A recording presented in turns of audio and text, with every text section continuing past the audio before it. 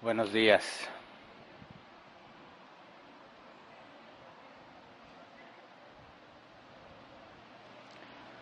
Vamos a continuar nuestro estudio sobre la disciplina eclesial o eclesiástica. La semana pasada estudiamos sobre el arrepentimiento. Seguimos en el primer paso del proceso que Jesús instituyó. Y el tema de hoy también va a seguir con el primer paso. Todavía no lo acabamos. Vamos a ver la cuarta parte del primer paso. Mateo 18:15 dice: si tu hermano peca contra ti, ve a solas con él y has de ver su falta. Si te hace caso, has ganado a tu hermano. Ya vimos tres partes. Cuando dice si tu hermano peca contra ti, nos enfocamos en estudiar esa parte. Vimos que se requiere hacer juicio, un juicio justo, ¿verdad? No prejuicios, un juicio justo basado en la evidencia, con un estándar objetivo que es la Escritura. No es tu parecer, no es tu opinión, no es tu sentimiento, es que me hizo sentirme así, me hizo ponerme triste. No, tiene que ser algo objetivo, algo que no depende de la persona, sino que está en la Escritura. Y si está en la Escritura y la persona está haciendo lo contrario, entonces tenemos una referencia clara de un posible pecado. Pero hasta que tengamos la evidencia, podemos entonces emitir un juicio. Para que el juicio sea justo, tiene que estar respaldado por evidencia. Entonces, no es en base a tus sentimientos o a tu parecer, es en base a la Escritura y con evidencia de que efectivamente se está haciendo algo contrario a lo que está especificado ahí. Ese es el primer paso. El segundo paso dice: ve a solas con él y has de ver su falta. Y estudiamos ese tema, la confrontación, hablar cara a cara con esa persona. No por mensaje, no por medio de otro, cara a cara con esa persona. Y cuando dice has de ver su falta, la palabra griega es convencerlo, darle la evidencia para que lleguen a conclusión. No vas a regañarlo, no vas a acusarlo, vas a darle la información bíblica para que él se persuada de que lo que está haciendo está mal. Información bíblica más la evidencia que ya tienes acumulada para el primer paso debe llevar a esta persona a darse cuenta de que efectivamente está haciendo algo que la Biblia prohíbe o no está haciendo algo que la Biblia ordena. Ese fue el segundo paso. La semana pasada vimos qué pasa si te hace caso. Dice: si te hace caso, has ganado a tu hermano. Si te hace caso significa arrepentimiento. Eso fue lo que vimos la semana pasada. Y recordemos, que lo vamos a retomar hoy, que Jesús habló de Mateo 18:15, está diciendo exactamente lo mismo, pero con otras palabras en Lucas 17:3-4. Dice: así que cuídense. Si tu hermano peca, repréndelo. Y si se arrepiente, perdónalo. Aun si pega contra ti 7 veces en un día y 7 veces regresa a decirte me arrepiento, perdónalo. Entonces vimos que la parte que nos interesaba la semana pasada es el arrepentimiento. Si te oye, dice, has ganado a tu hermano. Si te oye es lo mismo que si se arrepiente. Y el arrepentimiento en griego es un cambio en la forma de pensar. Haces las cosas diferentes porque no piensas igual. Ojo que esto se puede falsificar. Hay personas que dicen, ok, ya entendí, y se esfuerzan por hacer lo que deberían o no hacer lo que están haciendo, pero no porque lo entendieron o porque ya piensan diferente, sino para evitarse problemas. Por eso se puede fingir que hay arrepentimiento, porque la persona tiene claro qué es lo que debería hacer o lo que no debería estar haciendo y puede simularlo por un tiempo. Pero la Biblia nos habla que el arrepentimiento es algo que Dios da. Tú no puedes generar el arrepentimiento por ti mismo. Tú no cambias tu propia manera de pensar. Es Dios quien hace cambio a ti. Y hay evidencia de arrepentimiento porque Dios te cambió aquí en la cabeza. Ya no piensas igual. Sabes que estás haciendo mal. Entonces, muchas personas cuando ven que alguien que está haciendo las cosas mal dicen, ok, ya entendí, me voy a esforzar y parece que ya no está haciendo lo mismo, parece que hay evidencia, pero faltan los elementos que identifican un genuino arrepentimiento. Por eso muchos confundimos entre remordimiento y arrepentimiento. El remordimiento es sentirte mal por lo que hiciste. Y el arrepentimiento incluye remordimiento. Si me arrepiento, claro que me tengo que sentir mal por lo que hice, pero el hecho de que te sientas mal por lo que hiciste no significa que estás arrepentido. Por eso vimos que se requieren 5 pasos en orden lógico, tomados de la Biblia, para poder saber si alguien está arrepentido. Y no nada más veas tú cómo vas a ver que alguien se arrepintió, tú lo puedes ver en ti mismo. ¿Cómo sé que estoy arrepentido? 5 palabras como clave: convicción, contrición, confesión, conversión y comunión. La 5C. Contrición, reconocer que hemos ofendido, convicción, es la primera, reconocer que he ofendido a Dios. Estoy convencido de que lo que hice ofende a Dios, indistintamente si ofende a la persona. ¿Me explico? Quizás la persona, tú le pudiste haber hecho algo muy grave y dices, ay, hombre, no importa. Sí, pero es contra Dios con quien estás pecando. ¿Me explico? De forma derivada contra una persona, ¿verdad? Pero primero reconocemos que hemos pecado contra Dios. Luego sigue la contrición, dolor por el pecado. Ahí es donde está el remordimiento. Me duele lo que hice. Y todos experimentan remordimiento, hasta los borrachos al día siguiente, con la cruda, experimentan remordimiento. Y algunos juran, no vuelvo a tomar. Llega el fin de semana y otra vez están borrachos. Porque tienen remordimiento, pero no arrepentimiento, ¿verdad? Entonces, ¿saben que está mal los borrachos? Sí. ¿Les duele cuando están en la cruda y hay ruido y les duele la cabeza? Sí. Pero eso no significa que están arrepentidos, porque siguen utilizando esa salida para sus problemas, para sus dificultades, etcétera, etcétera. Y no nada más tomar. Muchos usan cosas para salir de ahí, la comida, ver series, aunque sean de las turcas a las coreanas que se ponen de moda de repente. Si las usas como un escape a la realidad, algo puede estar mal ahí, ¿verdad? Entonces, no nada más estoy hablando de que el alcohol, los borrachos, cualquier cosa que tú uses para decir, esto me está afectando porque estoy haciendo o lo estoy consumiendo en exceso, estoy dejando de hacer las cosas que corresponden por estar en eso, puede que estés consciente de que está mal, puede ser que te sientas mal por lo que estás haciendo, pero eso no significa que estás arrepentido. De ahí viene la confesión, confesar a Dios que has pecado y confesar a la persona que has ofendido. No se vale de que yo sé que te hice mal, pero mira, entre Dios y yo ya nos arreglamos. No. La confesión, claro que tienes que confesarlo ante Dios, pero también tienes que confesar tu pecado a la persona que lastimaste, a la persona a la que faltaste. ¿Me explico? La confesión, y hoy vamos a ver un ejemplo un poco más específico de eso, es necesaria para aquel que sabe que ha hecho mal, se siente mal, dice, yo lo confieso, no lo oculto, y de ahí viene la conversión, que es cuando Dios cambia tu manera de pensar y dejas de hacer lo que estabas haciendo. Y hay evidencia de que ya no haces lo que estabas haciendo.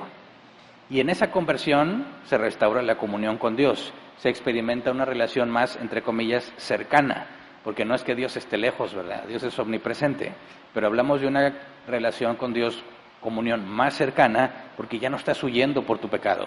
Ya no estás tratando de ocultar o pensando en que te va a castigar, muchas cosas que nos pasan por la mente cuando pecamos.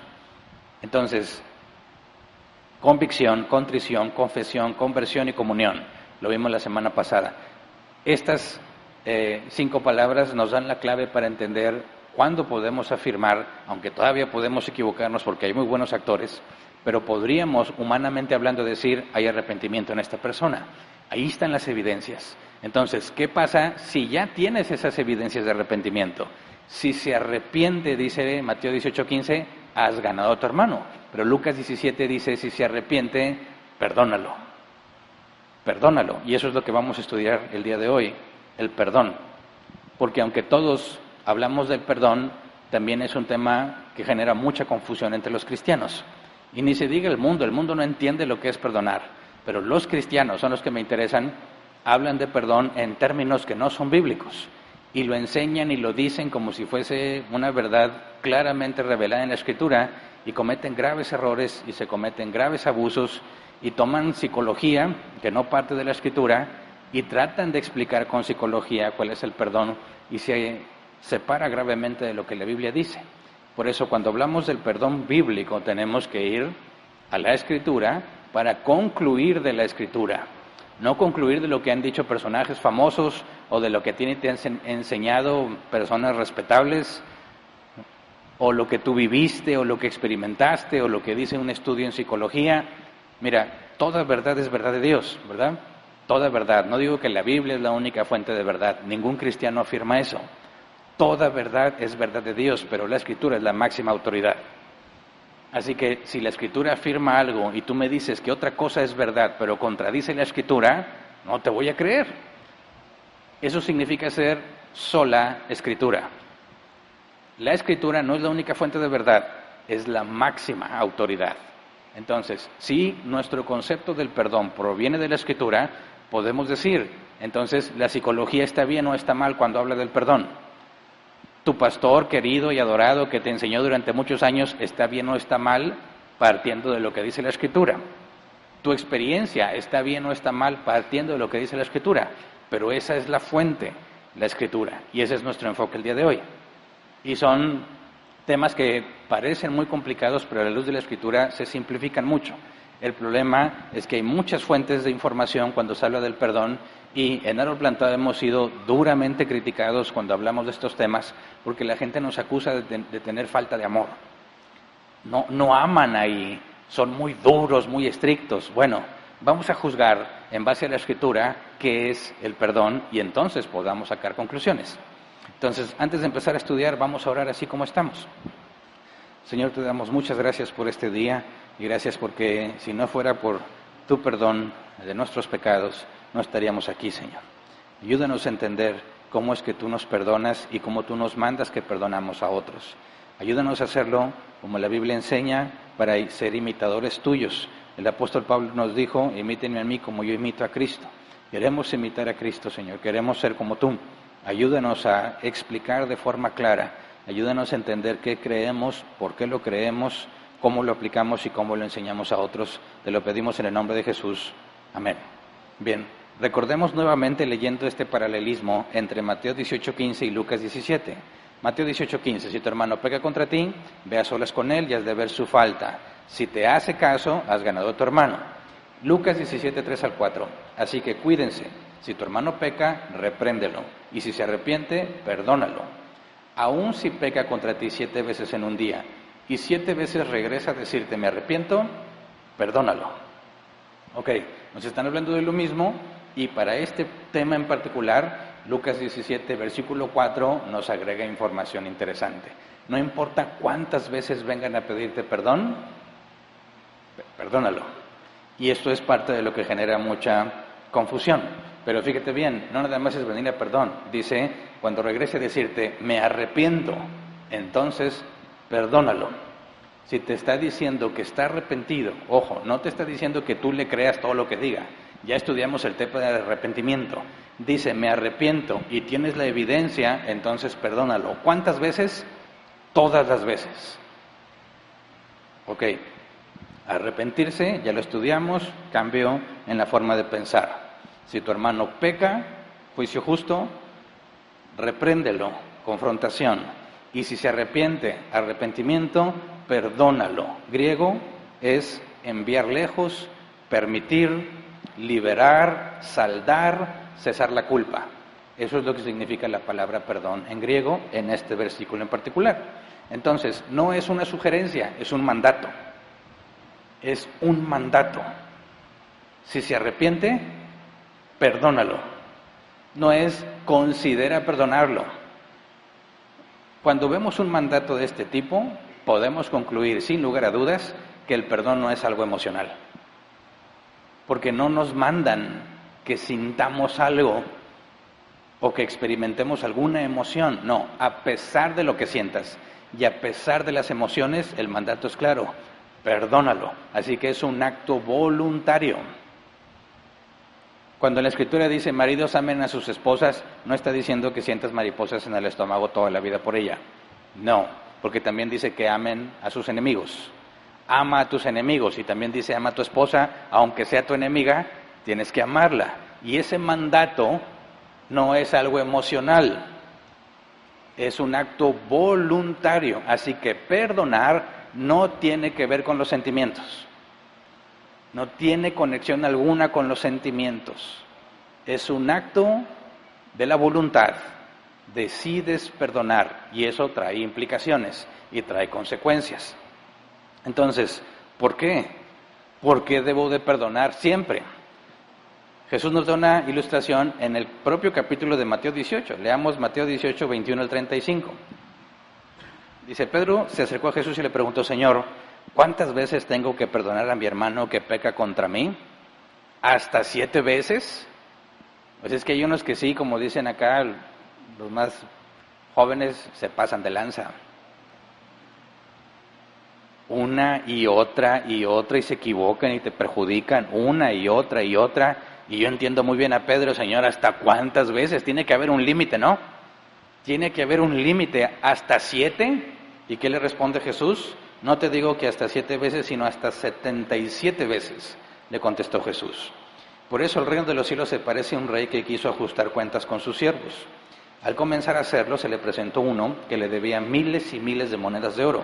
Como él no tenía con qué pagar, el Señor mandó que lo vendieran a él, a su esposa y a sus hijos y todo lo que tenía para así saldar la deuda.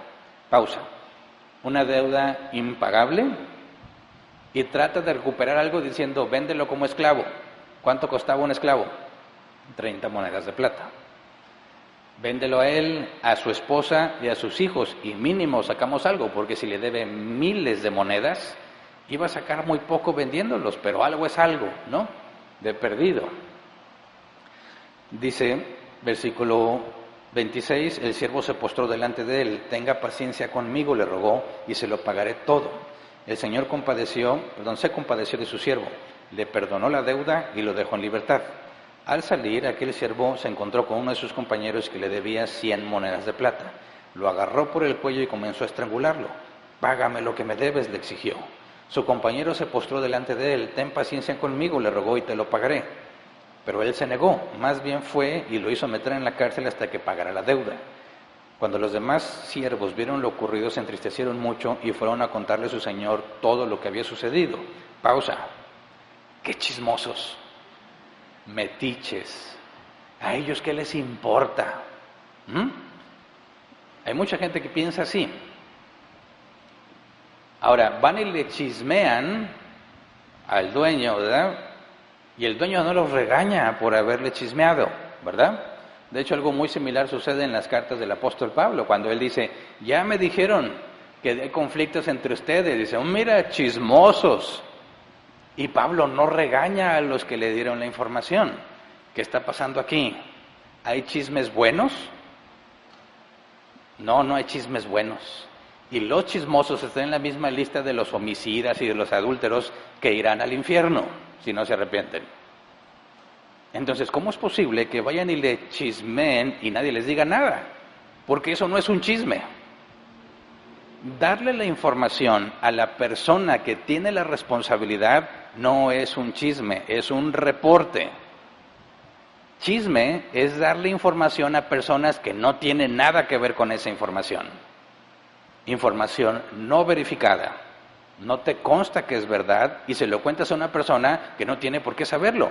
Eso es un chisme. Pero cuando tú le informas al gerente del área, si estás en el trabajo, que alguien dejó tirado aceite, y oye, limpia el aceite. No, después, sabes que alguien se puede accidentar. Y tú vas y le dices al gerente, te van a acusar de chismoso. Pero es falso. ¿Por qué? Porque es verificable la información, se le dio la oportunidad de que corrigiera su error, no lo quiso hacer y tú lo comunicas a la persona que está a cargo para evitar que eso genere problemas, para evitar que haya accidentados. Y cuando tú vas y haces eso, eso no es un chisme, eso es un reporte y es tu obligación. Si no, eres cómplice de lo mal que se está cometiendo. Entonces, no está chismeándole al dueño de los siervos, no le está chismeando, está dando el reporte que corresponde, porque de manera contraria ellos serían cómplices de lo que se está haciendo mal. ¿Se entiende? Así que cuando le digan chismoso, no entiendes lo que es un chisme si la información que estoy dando se la doy a quien merece saberla. Cierro el paréntesis. Dice, entonces, su compañero se postró delante de él, repito, ten paciencia conmigo, le rogó y te lo pagaré, pero él se negó, más bien fue y lo hizo meter en la cárcel hasta que pagara la deuda. Pausa. ¿Hizo lo justo? Oye, este hombre me debe monedas de plata 100, no me está pagando, ¿es justo que lo meta a la cárcel para que pague? Sí, es justo. ¿Está haciendo algo malo al meterlo a la cárcel para que pague? No, no está haciendo nada malo. Está acudiendo a los tribunales, ¿verdad? A la ley. Si tú lees Romanos capítulo 13 o 15, ya no me acuerdo bien, dice que la ley, los que portan la espada están al servicio de Dios. Se tiene que dar el mal de pena que corresponde, se tiene que castigar al que transgrede la ley. Entonces, este siervo, cuando mete a la cárcel a su compañero que le debe, no está haciendo nada injusto, está haciendo justicia. Luego dice, versículo 31, cuando los demás siervos vieron lo ocurrido, se entristecieron mucho y fueron a contarle a su señor todo lo que había sucedido. Entonces el señor mandó llamar al siervo. Siervo malvado, le increpó. Te perdoné toda aquella deuda porque me lo suplicaste. ¿No debías tú también haberte compadecido de tu compañero, así como yo me compadecí de ti? Y enojado, su señor lo entregó a los carceleros para que lo torturaran hasta que pagara todo lo que debía. Así también mi Padre Celestial los tratará a ustedes, a menos que cada uno perdone de corazón a su hermano. Ok, entonces, hizo lo justo y lo regañan por haber hecho lo justo. ¿Pero por qué me regañas? Si hice lo justo, meterlo a la cárcel era hacer justicia. ¿Sí? Era lo justo, pero si a ti no se te dio lo que merecías, se le perdonó una deuda impagable, solamente por compasión, y él no quiso tener compasión de alguien que estaba en la misma situación que él, entonces está siendo un hipócrita. Fíjate la demanda que está puesta sobre esta persona. Fuiste perdonado, dice Jesús, tú debes de perdonar. El argumento fue exactamente el mismo. El que tenía la deuda impagable dijo, ten paciencia conmigo y te lo pagaré. No dijo, ya no te voy a pagar, ten paciencia conmigo y te lo pagaré. Y el rey dice, ok. Y cuando le dicen lo mismo a él, ten paciencia conmigo y te lo pagaré, no tengo paciencia contigo. ¿Cómo puede ser que tuvieron compasión contigo y tú no tengas compasión con los demás? Ese es el punto al que está llegando Jesús. Y hasta aquí prácticamente todos los cristianos están de acuerdo. Ok, sí, si Dios me ha perdonado a mí, que esta es la analogía, ¿verdad? Yo soy el que tiene una deuda impagable. Yo no le puedo pagar a Dios para que no sea condenado. Es imposible que yo pueda pagarlo. Y Dios, de su pura misericordia y gracia, me perdona. Eso pone una demanda sobre mis hombros. Ahora yo tengo que perdonar al que se arrepiente. Cuando yo me arrepiento de mis pecados, mi deuda es cancelada. Y si alguien dice que se arrepiente y tengo la evidencia de que se arrepintió, yo debo cancelar su deuda.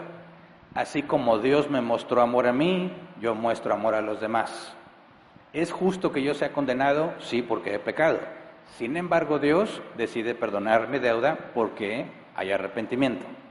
Cuando alguien me debe algo a mí y está arrepentido, yo estoy forzado. De aquí hablo que el perdón no es emocional ni sentimental. Yo estoy obligado a perdonar con los mismos términos en los que yo fui perdonado. Entonces, no es si quieres, no es cómo te sientes. Perdóname, no, todavía estoy muy enojado. ¿Y eso qué tiene que ver? No importa cómo te sientas. Si Dios te perdonó a ti cuando te arrepentiste, tú perdonas al que te ofendió cuando se arrepiente. Es un mandato. Los cristianos tenemos que tener eso muy claro. El perdón no se ruega. Por favor, ya perdóname. ¿Cómo vas a estar rogando por perdón a un cristiano que ya fue perdonado? Si alguien se niega a perdonar a pesar de la evidencia de arrepentimiento, quien debe ser procesado con la disciplina eclesiástica es ese que se niega a perdonar. ¿Me explico? Imagínate, me ha pasado y me pasaba mucho al principio. Estoy aquí hablando delante de las personas y a veces parte de inexperiencia, parte de ignorancia, cuando empezaban las transmisiones decía palabras que aquí no tienen nada de malo, pero en otros países sí. ¿Y yo cómo iba a saber? Pues nunca he ido a Argentina o a lugares así donde dicen, no, ese pastor es muy grosero. ¿Por qué? Mira lo que está diciendo, es que aquí no significa nada malo, pero allá sí. Imagínate que alguien dice, no, ese pastor es de pésima doctrina falsa porque es un grosero maldiciente. Pero yo ni siquiera sabía que esa era una mala palabra. Y le digo, bueno, hermanos, perdónenme. No te vamos a perdonar. No, es que estoy arrepentido. Ya no hablo de esa manera. Ya no volví a repetir esa palabra. Y me niegan el perdón. Aquí hay algo importante. Yo estoy siguiendo las cosas bíblicas como corresponde y ahora ellos están en rebeldía. en rebeldía, porque la orden es, si se arrepiente, perdónalo. Y los que se dan de muy justos y exigentes de que no te voy a perdonar, ya se desviaron de lo que la doctrina enseña. No le podemos negar el perdón a quien está arrepentido. Pero eso sí, ya estudiamos el arrepentimiento y hay que ver que realmente está arrepentido. No porque diga que está arrepentido le creemos, nos basamos en la evidencia. Pero si la evidencia indica que está arrepentido, el perdón es una obligación. Estamos obligados a perdonar. Por eso, Lucas 11, 2 al 4, palabras de Jesús, dijo: cuando oren digan: Padre, santificado sea tu nombre, venga tu reino, danos cada día nuestro pan cotidiano, perdónanos nuestros pecados, porque también nosotros perdonamos a todos los que nos ofenden, y no nos metas en tentación. Fíjate bien, porque también nosotros perdonamos a todos los que nos ofenden. No es que Dios me va a perdonar hasta que yo perdone, es al revés. Como Dios ya me perdonó, yo perdono. Y cuando oro: Señor, perdóname, así como yo perdono, no estoy diciéndole: mira, yo ya lo hice, ahora perdóname tú. No, estoy diciendo: soy congruente. Como tú ya me perdonaste, mira, yo también lo hago. ¿Se entiende? Señal de un cristiano auténtico es perdonar cuando hay arrepentimiento, sin importar cómo se siente. Hay veces, en ocasiones, nos hacen cosas muy dolorosas, te lastiman y te rompen por dentro. Pero si hay arrepentimiento, aunque estás deshecho por dentro, tienes que perdonar. Por eso es fundamental entender qué es el perdón, porque el perdón no es olvidar. El perdón no es una amnesia selectiva. No significa que ya no te va a doler o que ya no te vas a acordar. No tiene nada que ver eso. El perdón es un acto de la voluntad, donde dices: ya no me voy a vengar y ya no lo voy a considerar culpable. Punto. Ese es el perdón. ¿Cómo me siento al perdonar? Es otro tema. ¿La herida que me dejó va a desaparecer? No. Y aquí es donde entra la confusión entre los cristianos. Porque hay cristianos que piensan que van a estar heridos hasta que perdonen, y cuando perdonen van a sanar. Y no sé de dónde se sacan eso, porque la Biblia no enseña eso. Lo sacarán de la psicología quizás, pero eso no está en la Escritura. No, es que espiritualmente estás atado a la otra persona, dicen algunos. Y como estamos amarrados, yo no puedo avanzar hasta que te desate, porque el griego dice que la palabra perdonar es desatar. Y de ahí hacen toda esta doctrina. De manera que convierten al perdón en un estado psicológico. Aquí dicen: bueno, te perdono, sueltan las cadenas y ahora son libres. Dices: ¿qué? ¿De dónde te sacaste esa idea? No está en la Escritura, pero ha sido expandida mucho entre los cristianos. La gran mayoría de cristianos que conozco sostienen esa postura, aunque no se sostiene bíblicamente. Por eso, cuando hablamos del perdón bíblico, entramos en conflicto con las personas que han tenido esa doctrina por cierta durante años. Así se las enseñaron, y cuando ven lo que hacemos en Árbol Plantado, rasgan sus vestiduras, porque dicen: esas personas son demasiado duras, son demasiado frías, no tienen corazón. Sí, pero me estás poniendo contra un estándar que no es el bíblico. Me estás comparando contra lo que te enseñaron. Por eso, vamos a la Escritura, y lo primero que encuentro es que el perdón no es emocional, no es sentimental, es una obligación. Estoy obligado a perdonar porque Dios me perdonó a mí. Si el arrepentimiento lo da Dios, fíjate, esta perspectiva es de que a mí me cambió la forma en que veía el perdón. Ok, Dios me perdonó a mí, tengo evidencia de arrepentimiento, ahora sí tengo libertad porque ya no hago el pecado que hacía. Lamentablemente seguimos pecando, ¿verdad? Hasta que llegue la resurrección de los muertos, cuando Cristo regrese. Pero ya no hago lo que hacía. Tengo la evidencia, Dios me perdonó. Ahora viene alguien que me ofendió y está la evidencia que Dios lo perdonó también a él. ¿Quién soy yo para decirle que no lo perdono si Dios ya lo perdonó? Ese es el problema de la falta de perdón. Que si Dios ya dio evidencia de que lo ha perdonado, no soy nadie para decirle que yo no lo voy a perdonar. Yo no puedo ser más justo que Dios. Ahí está la evidencia de que se arrepintió. Eso es una señal clara. Dios le dio el arrepentimiento. Y Dios le dio el arrepentimiento porque lo perdonó. ¿quién eres tú para negarle el perdón? No soy nadie. Por eso, ante tal evidencia, me humillo, te perdono. No porque yo sienta que el asunto está arreglado, sino porque está la evidencia clara de que Dios lo ha perdonado. Pero eso no significa que no hay consecuencias. Eso no significa que ahora yo mágicamente voy a estar bien. Eso no significa que todo el daño que se generó queda olvidado y como si Dios nos borrara de la mente eso que pasó. Eso no pasa. La Biblia no dice en ningún momento que eso va a suceder. Por eso, cuando nosotros sabemos que hemos sido perdonados, hay una evidencia que Jesús la identifica con amor, pero no es sentimental, es un amor ágape. Y este amor muestra qué tanto ha sido perdonado.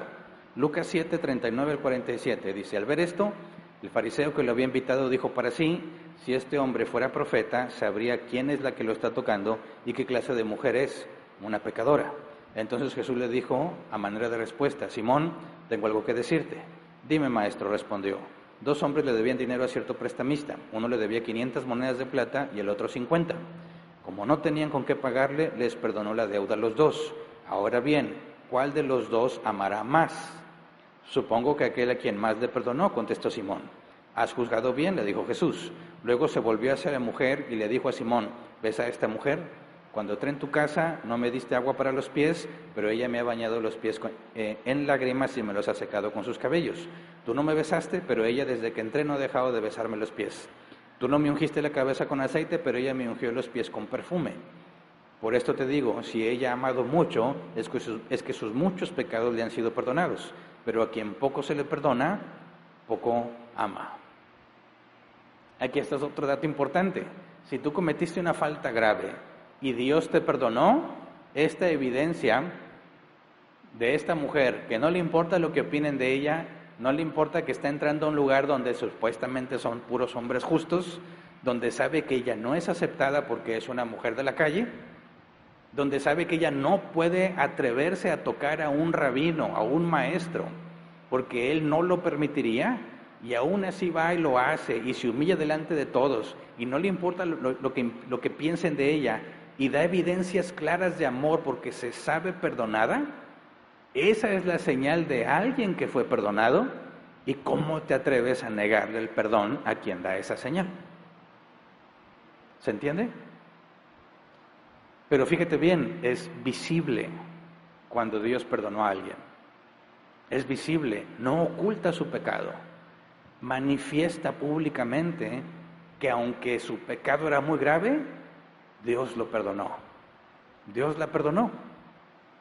Cosa que no pasa cuando alguien dice, no, sí, es que hice cosas muy graves, pero Dios me perdonó. Y a nadie le dice, no hay ninguna manifestación de que Dios lo perdonó.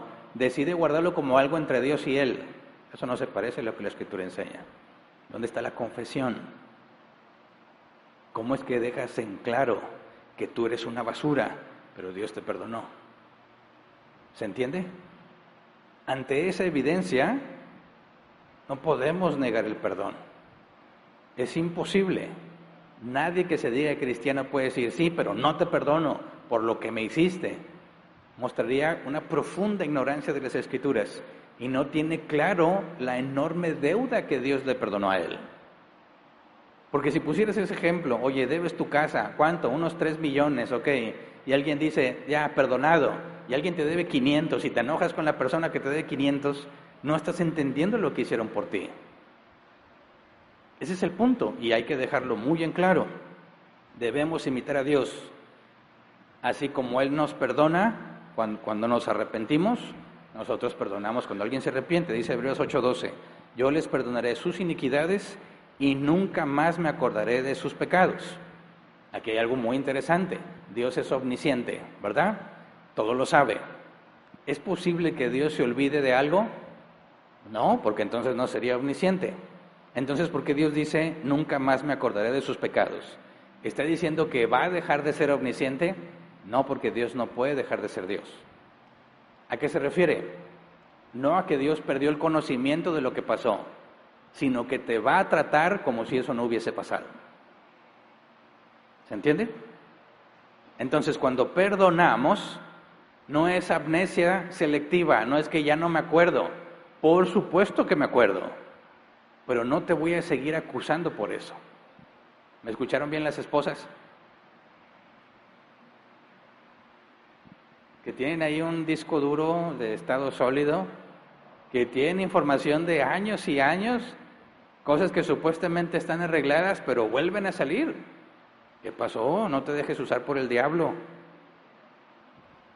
Pero ojo, eso no significa que entonces, dado que te voy a tratar como si no hubieras hecho nada, significa que la información que tengo aquí ya no me sirve para nada. Por supuesto que te sigue sirviendo.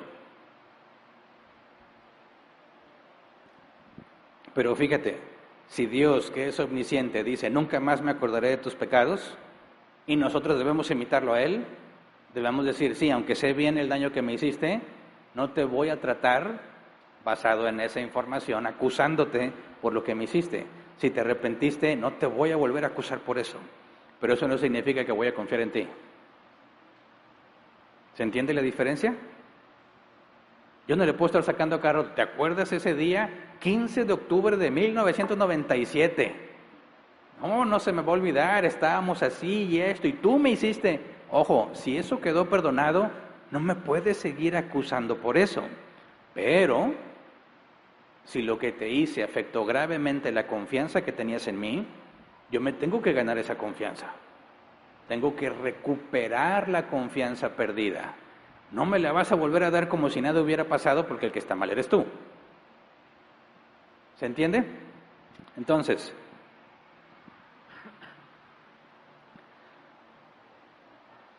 cuando digo que el perdón no es algo emocional, sino que es voluntario, es algo intelectual, el perdón lo vemos como un regalo, pero que no es gratuito. Dice, oye, Hernán, un regalo es gratuito. Sí, yo sé que para ti es gratuito, pero a mí me cuesta.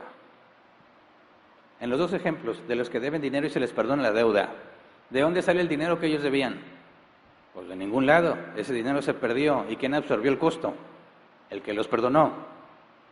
¿Verdad? Porque nadie le va a recuperar esas monedas. ¿Fue gratuito el perdón? No. Para ti que estás siendo perdonado no te va a costar nada. El precio lo pago yo. Porque yo me quedo sin esas monedas. Y eso a mí me afecta. Pero si Dios te dio arrepentimiento, yo te perdono. Y ahora tengo que lidiar con los daños que generó. Pero eso no significa que si te robó y te pide perdón ya no te va a regresar lo que te robó. Hay que distinguirlo un poco más. Hay que profundizar un poco más para ver cómo está la situación. Porque pareciera haber información contradictoria en la Biblia, de que perdones sin esperar nada a cambio, y como vimos la parábola que Jesús enseñó, este siervo que se negó a perdonar al otro, ¿qué le hicieron?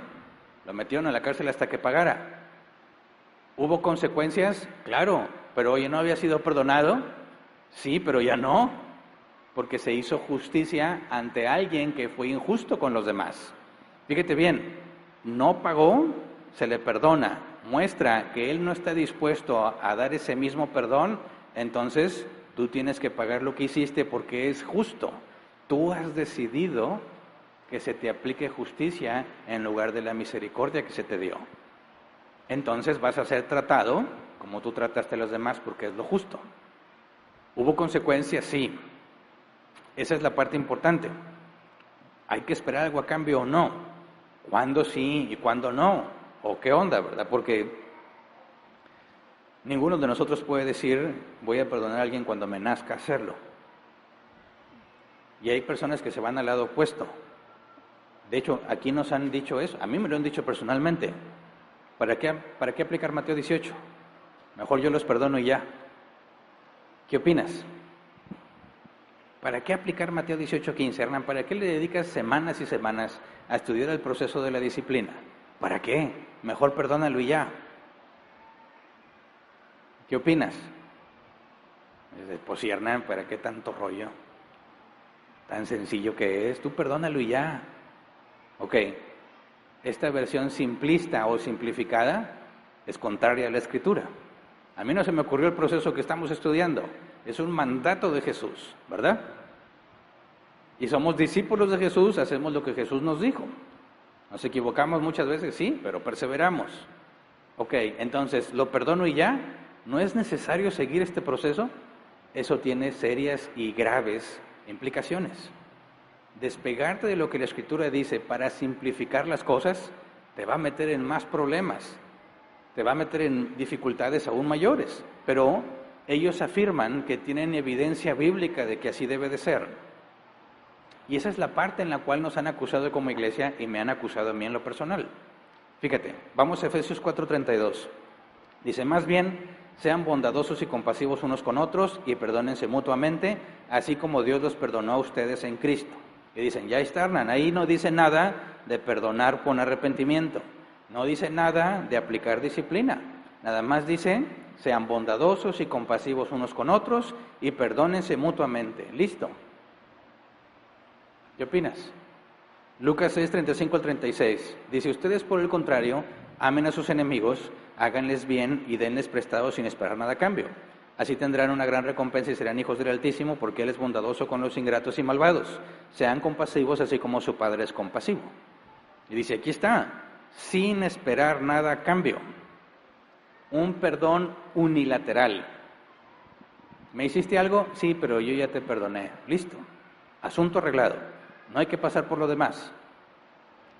Y este es el que más usan como su principal arma de argumento. Lucas 23:34. Padre, dijo Jesús, perdónalos porque no saben lo que hacen. Mientras tanto echaban suertes para repartirse entre sí la ropa de Jesús. Ok, ¿qué es lo que Jesús pidió? Perdónalos porque no saben lo que hacen. ¿Jesús demandó que se arrepintieran? Les dijo, arrepiéntense todos porque si no, no los voy a perdonar. Dijo, perdónalos porque no saben lo que hacen. Dicen, ahí está, Hernán, ahí está. Jesús no pidió que se arrepintieran. Sí, solamente pidió que fueran perdonados. ¿Qué contestamos a esto? Este tipo de dilemas son muy comunes entre los cristianos. Dicen, aquí hay versículos que dicen una cosa, aquí hay versículos que dicen otra. ¿Cuál? ¿A quién le crees? ¿Cuál partido? Ese es el punto fundamental. Si la Biblia te dice una cosa y luego otra contradiciéndose, la Biblia no es la palabra de Dios porque el autor es el mismo. Y Dios, siendo omnisciente, no se puede contradecir. No puede cambiar de opinión porque es imposible. Para que haya un cambio de opinión implica que la información que tenías era equivocada o no tenías esa información. Entonces, cuando dices algo y no tenías información, después sale esa información y dices, caray, no lo vi, entonces me arrepiento, implica que hubo un momento en el que no lo sabía y luego lo supe. Pero si Dios es omnisciente, eso es imposible. La otra posibilidad es que Dios tenía información pero estaba equivocada. Y cuando suceden las cosas, dices, caray, yo pensé que esto era verdad, pero ya me di cuenta que no, me arrepiento. Y eso también es imposible, porque si Dios es omnisciente, sabe todas las cosas. Así que es imposible que Dios cambie de opinión. Es imposible. Entonces, ¿cuál postura es la correcta? Dice, no, Hernán, ibas muy convincente hasta que leíste esos versículos. Ya con esos versículos, ya no te creo. Ok, ¿por qué no me crees? Porque ahí dice lo opuesto a lo que tú dices. Ok, ¿y tú crees que el problema soy yo? El problema sería la Escritura entonces, que dice una cosa y luego se contradice. El problema no sería mío. Pero no hay ninguna contradicción aquí. ¿Qué contestamos a esos versículos? Que están llegando a conclusiones con versículos aislados. Lo importante de la interpretación bíblica es que interpretas en su contexto inmediato, en su contexto amplio, la carta completa, o sea, puedes ver el capítulo. Las cartas no están divididas por capítulos ni versículos. Eso sucedió hasta hace relativamente poco tiempo que los empezaron a dividir así para simplificar el estudio.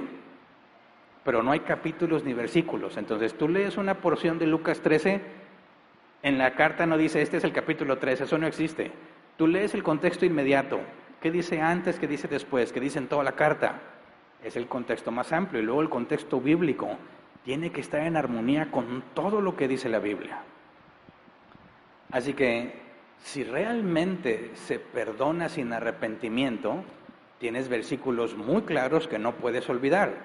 Lucas 13, 5 al 9, palabras de Jesús, les digo que no. De la misma manera, todos ustedes perecerán a menos que se arrepientan.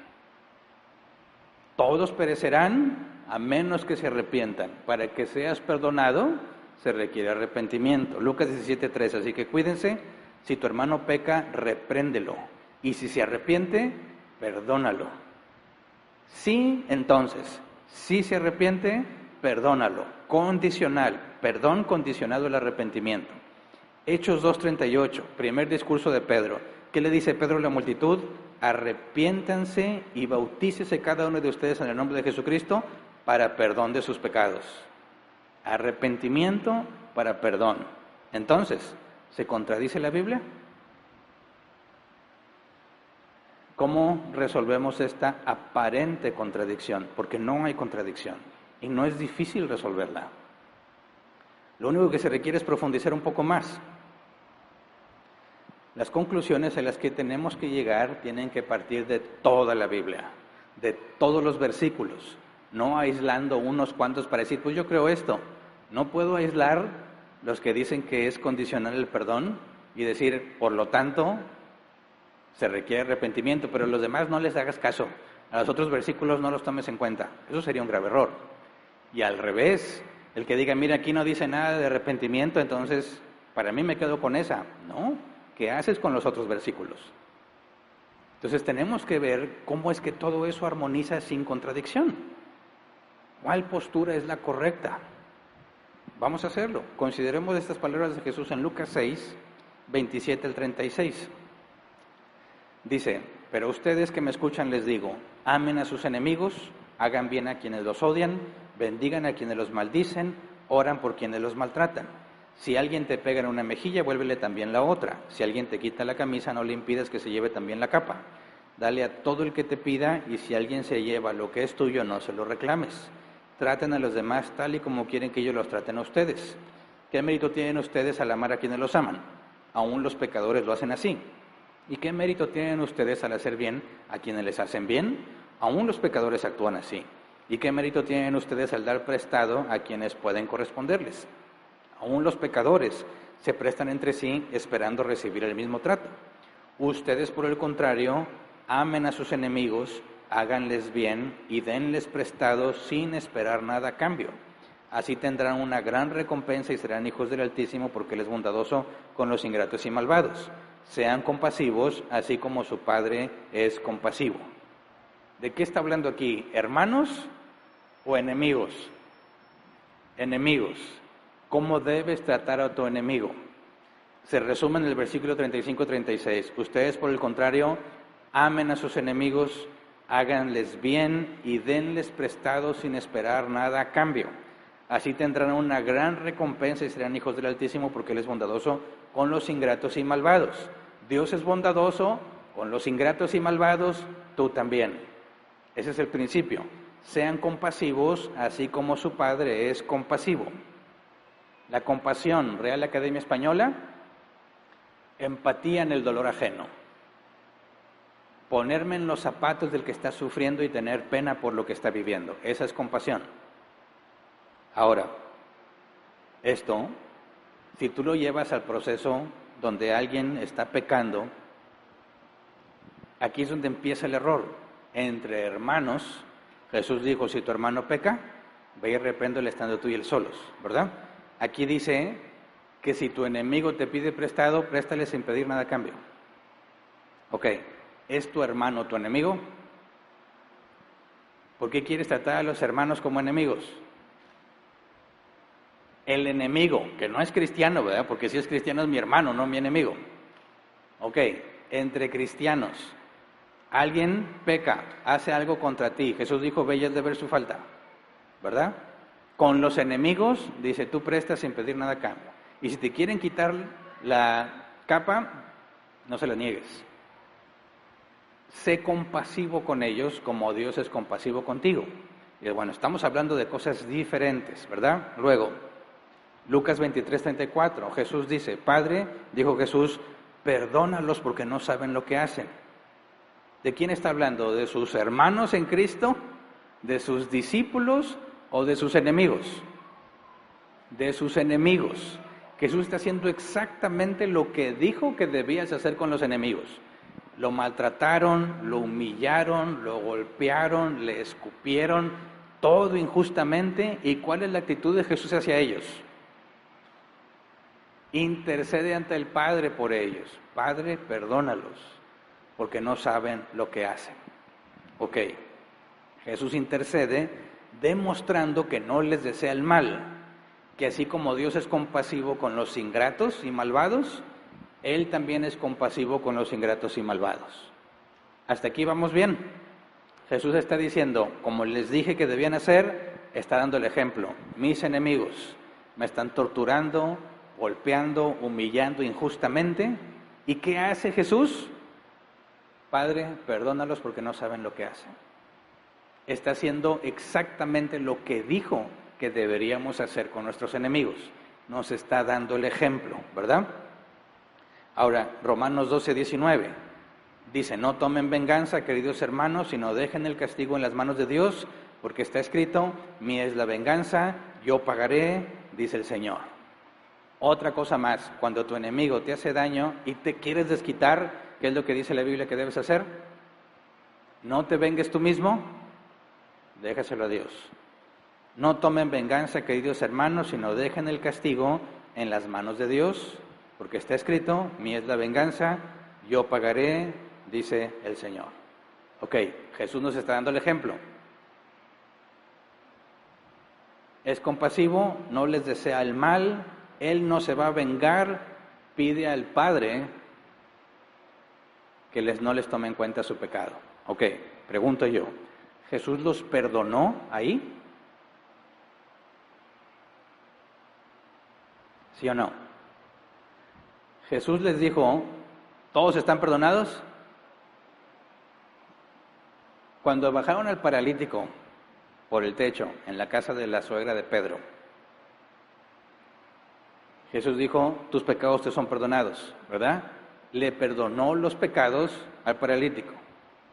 A la mujer adúltera que le querían apedrear, le dijo, ni yo te condeno, vete y no peques más. Perdonó su pecado. Pregunto, aquí cuando Jesús dijo, Padre, no les tomes en cuenta en este pecado, perdónalos porque no saben lo que hacen. ¿Jesús los perdonó?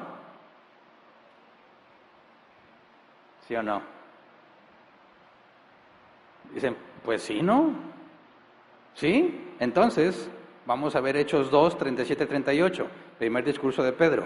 Cuando oyeron esto, todos se sintieron profundamente conmovidos y dijeron a Pedro y a los otros apóstoles, hermanos, ¿qué debemos hacer? ¿Qué hizo Pedro en el primer discurso? Les dijo, Jesús, el que ustedes crucificaron, es el Mesías prometido y Dios lo resucitó. Y todos experimentan convicción de pecado. Hicimos mal, lo condenamos a muerte a un inocente. Nosotros somos los responsables. ¿Y qué les dice Pedro? Cuando le preguntan, ¿qué es lo que debemos hacer? Arrepiéntanse y bautícese cada uno de ustedes en el nombre de Jesús para perdón de sus pecados. Si Jesús los hubiera perdonado, Pedro no tiene por qué estar diciendo esto, ¿verdad? Jesús dijo, ¿los perdona a ustedes sin que se arrepientan? No, encomendó la causa al Padre, mostrando que no tiene deseo de que ellos sufran, los que lo están maltratando. No tiene malas intenciones hacia ellos. Padre, perdónalos, no saben lo que hacen. Pero eso no significa que Jesús les perdonó. Por eso en el mensaje de Pedro, lleno del Espíritu Santo, no es que ahí Pedro se equivocó, no. Pedro especifica, lleno del Espíritu Santo habla. Y le dicen, ¿qué debemos hacer? Arrepiéntanse. ¿Ok? No fueron perdonados en ese momento. Jesús no los perdonó. Llevó la causa al Padre y muestra que Él no tiene el deseo de que ellos sufran. El deseo de venganza desaparece. No, ¿qué va a hacer Jesús cuando regrese? Va a acabar con sus enemigos, va a hacer justicia, va a haber venganza. ¿Qué fue lo que hizo Jesús? Encomienda la causa al Padre. Y el Padre es el que decide qué va a pasar. Lo mismo sucedió en el Getsemaní. Padre, si es posible que pase de mí esta copa, mas no sea mi voluntad sino la tuya. ¿Y qué se le respondió a Jesús? No, pasas por ahí, ¿verdad? Padre, perdónalos porque no saben lo que hacen. ¿Jesús los está perdonando? No, está encomendando la causa al Padre. que dice, mía es la venganza, yo pagaré. Aquí hay una clave muy importante porque Esteban hizo exactamente lo mismo. Cuando lo estaban apedreando, Esteban también dijo, perdónalos porque no saben lo que hacen. Hechos 2:41. Así pues, los que recibieron su mensaje fueron bautizados y aquel día se unieron a la iglesia unas 3,000 personas. Ok, ¿todos se arrepintieron? No. De los que escucharon, unos 3,000 se arrepintieron. ¿Respuesta a la petición de Jesús? Sí. ¿Verdad? Padre, perdónalos porque no saben lo que hacen.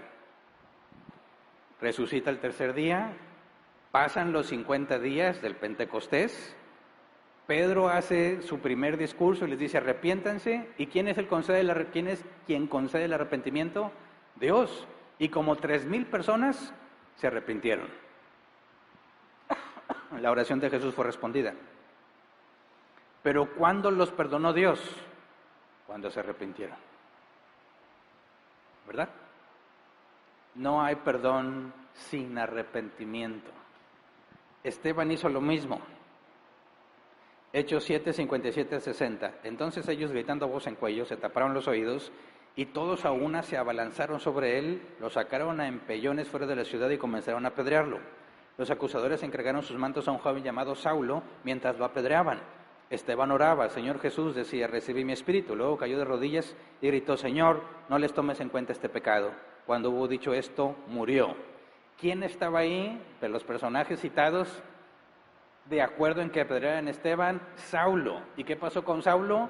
Dios lo perdonó, no le tomó en cuenta su pecado y lo salvó. Tiempo después, respuesta a la petición ¿de quién? De Esteban, ahí está el medio. Lo mismo que pasó con Jesús. Jesús nos dio el ejemplo. Fíjate bien, tanto Esteban siguiendo a Jesús, nosotros siguiendo a Jesús tenemos que entender esto.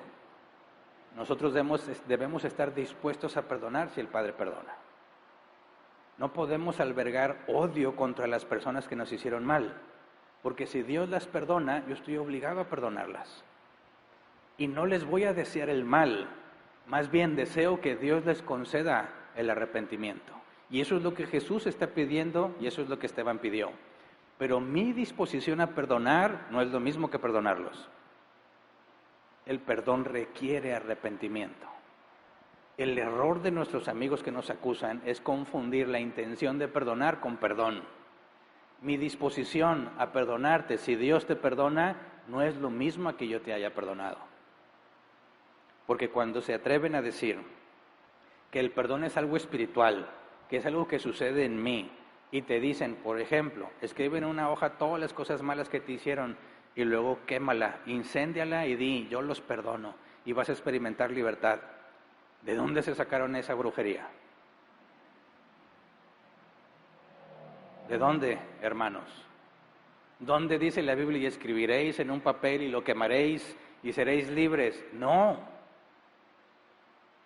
no está en la Escritura. Y muchos cristianos han comprado esa idea de que el perdón es algo que sucede aquí en mi cabecita. Y aquí yo ya decidí perdonarlos y ¡pum! Listo, asunto arreglado. Ya, ahora soy más libre y más ligero porque yo ya perdoné. Eso es un engaño de Satanás. ¿Dónde está en la Escritura eso? Cuando tú aceptas la idea de que el perdón no requiere arrepentimiento, el Evangelio ya no tiene sentido. No sé si te das cuenta. Ya no tiene sentido el Evangelio. Porque ¿qué es lo que demanda el Evangelio? Arrepiéntete. ¿Para qué? Para perdón de pecados. Si todo es un acto mental, ¿por qué Dios no dice, los perdona a todos y ya? Ahora, si Dios nos dice que perdonemos sin arrepentimiento, ¿por qué Él no lo hace? Por eso, la gran mayoría, de hecho, sin excepción, todos los que yo he conocido, que enseñan el perdón como algo psicológico unilateral, su evangelio no es bíblico. Y te hablan de un plan maravilloso para tu vida y que Dios va a resolver tus problemas si tan solo haces esta oración de fe. Y el arrepentimiento no lo mencionan para nada, porque para ellos no tiene sentido, porque el perdón no requiere arrepentimiento. ¿Se entiende? Ahora, se facilita el abuso. Porque pueden abusar de ti siempre y cuando tú en tu cabecita digas que los perdonas, asunto arreglado. ¿Verdad? Yo escuché el testimonio, viva voz, de una señora que estando embarazada, su esposo de una patada la tumbó por las escaleras. Acudió a su pastor para ver qué procedía en ese caso y su pastor le dijo, perdónalo para que seas libre y ya.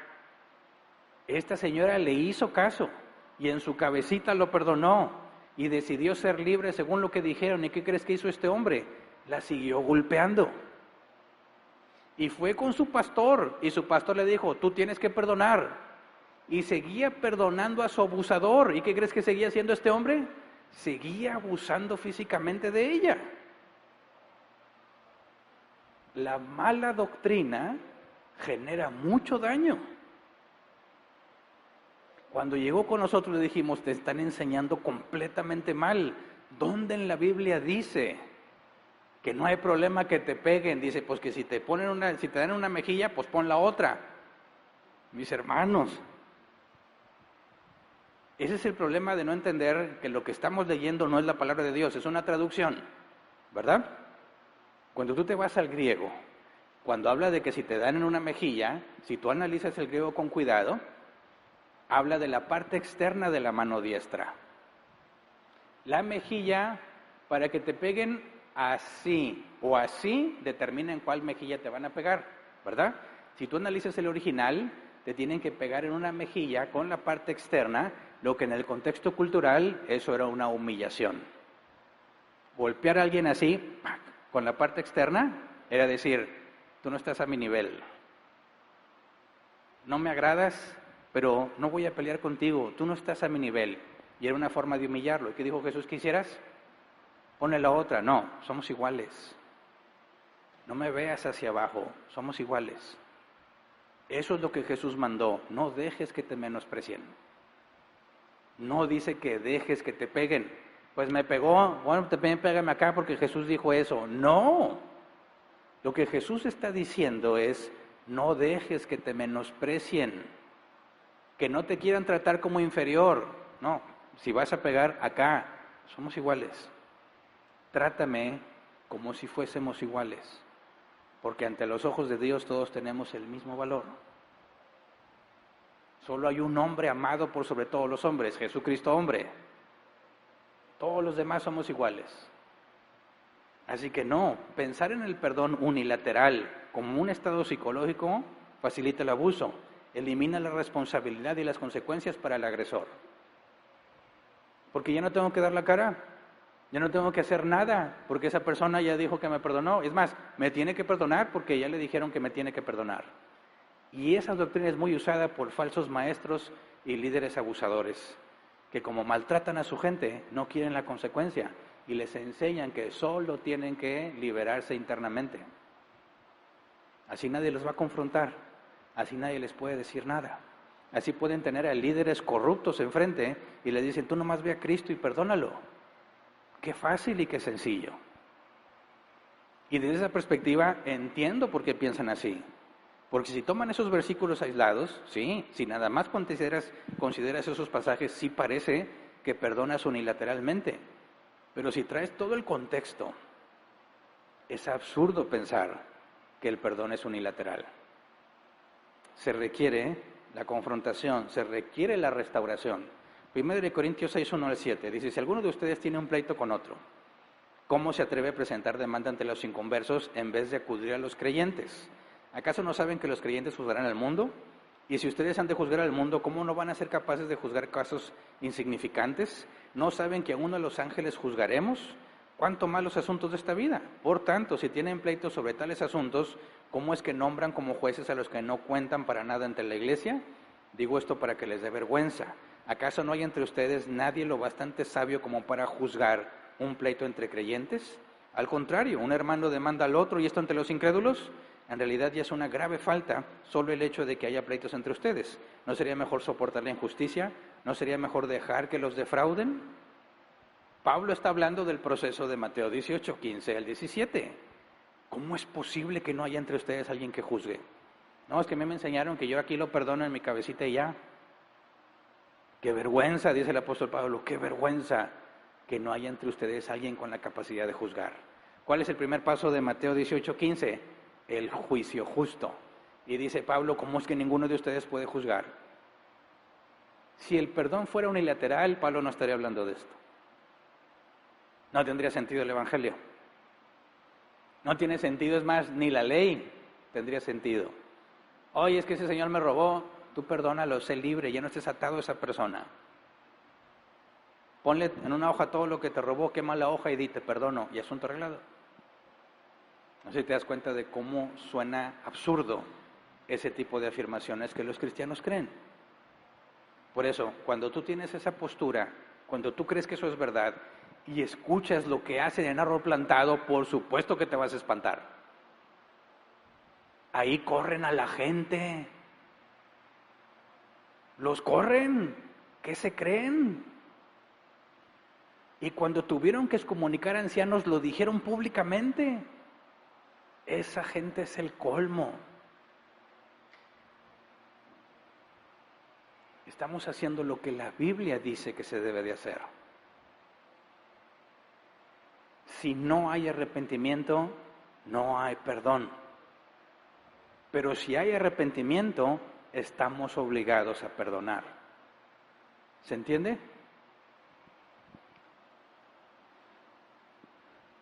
1 Juan 1:9, si confesamos nuestros pecados, Dios que es fiel y justo nos los perdonará y nos limpiará de toda maldad. Ese es el principio que debe reinar entre los cristianos. Te equivocaste, pecaste, sí, confiesa tu pecado. No lo ocultes, no lo niegues, no lo justifiques, no digas que fue culpa de otro. Es que tú no sabes cómo me hizo sentir, tú no sabes todas las que me hizo. ¿Y eso qué? Fue tu decisión, tu decisión. Confiesa que hiciste mal, Dios te va a perdonar. Si confiesas tus pecados, Dios es fiel y justo para perdonarte.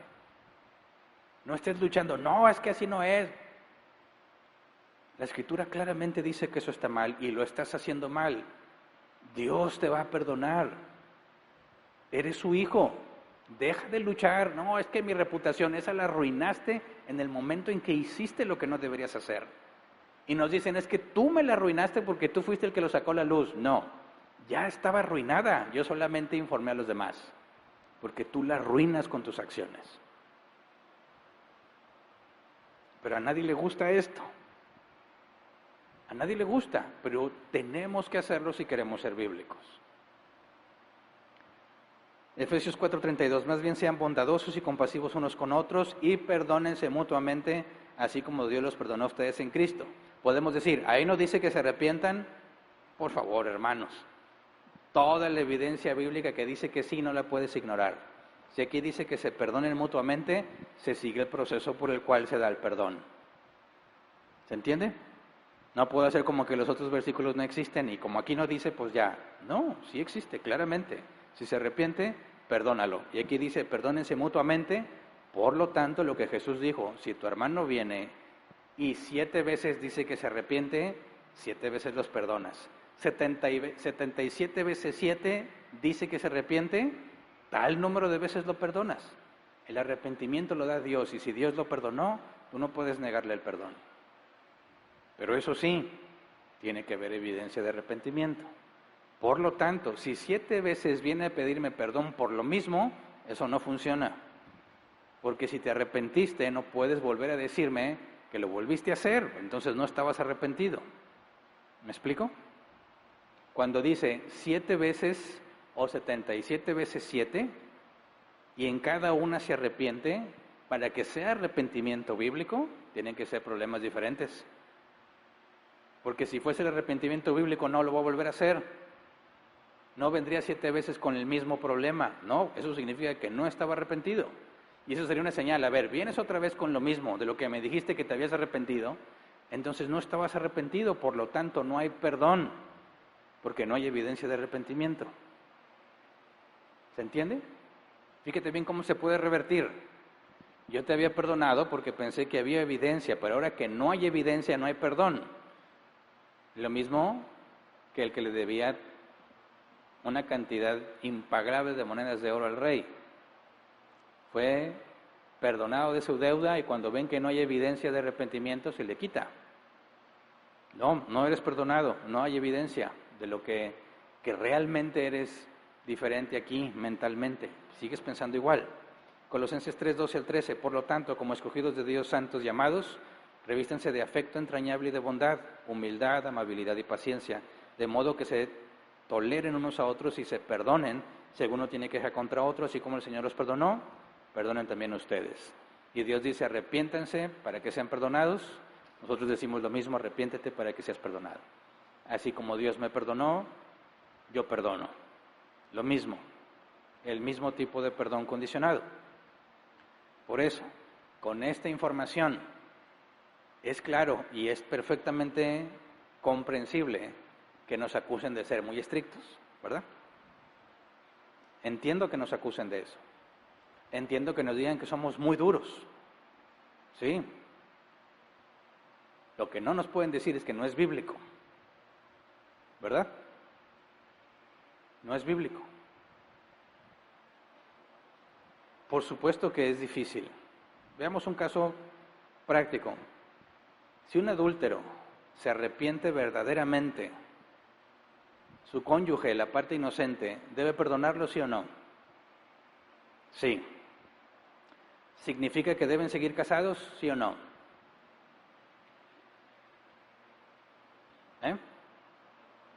¿Lo debe perdonar? Por supuesto que debe perdonarlo. ¿Deben seguir casados? No necesariamente. ¿Por qué? Si ya lo perdonó. Ok, sí. Perdonar es decir, ya no te voy a seguir acusando de eso, pero eso no significa que voy a seguir viviendo contigo. ¿Se entiende? El perdón no implica que yo dejo de pensar. Un caso mucho más sencillo, una persona que fue procesada por pedofilia, viene aquí y nos dice que está arrepentido, que es nueva criatura en Cristo y quiere dar clase a los niños. ¿Lo dejamos? No. ¿Por qué eres tan frío y tan duro, Hernán? Dios ya lo perdonó, pero yo no tengo evidencia de eso. Y aunque Dios lo haya perdonado, no sería sensato exponerlo a eso de lo cual es tentado. Así que le podemos negar el servicio, aunque no neguemos que Dios lo haya perdonado. ¿Se entiende? Si aquí entre hermanos se ponen de acuerdo para hacerse un trabajo, uno le va a trabajar al otro, y descubres que tu hermano que estaba trabajando para ti te robó y se arrepiente, ¿lo corres o lo sigues manteniendo en el trabajo? ¿Lo debes de perdonar? Sí. ¿Pero debes de seguir teniéndolo ahí? No necesariamente. Porque si eso le da tentación, ¿qué te garantiza efectivamente que no lo va a volver a hacer? Otro caso, y vamos a tratar de aplicarlo en varios de los pasos.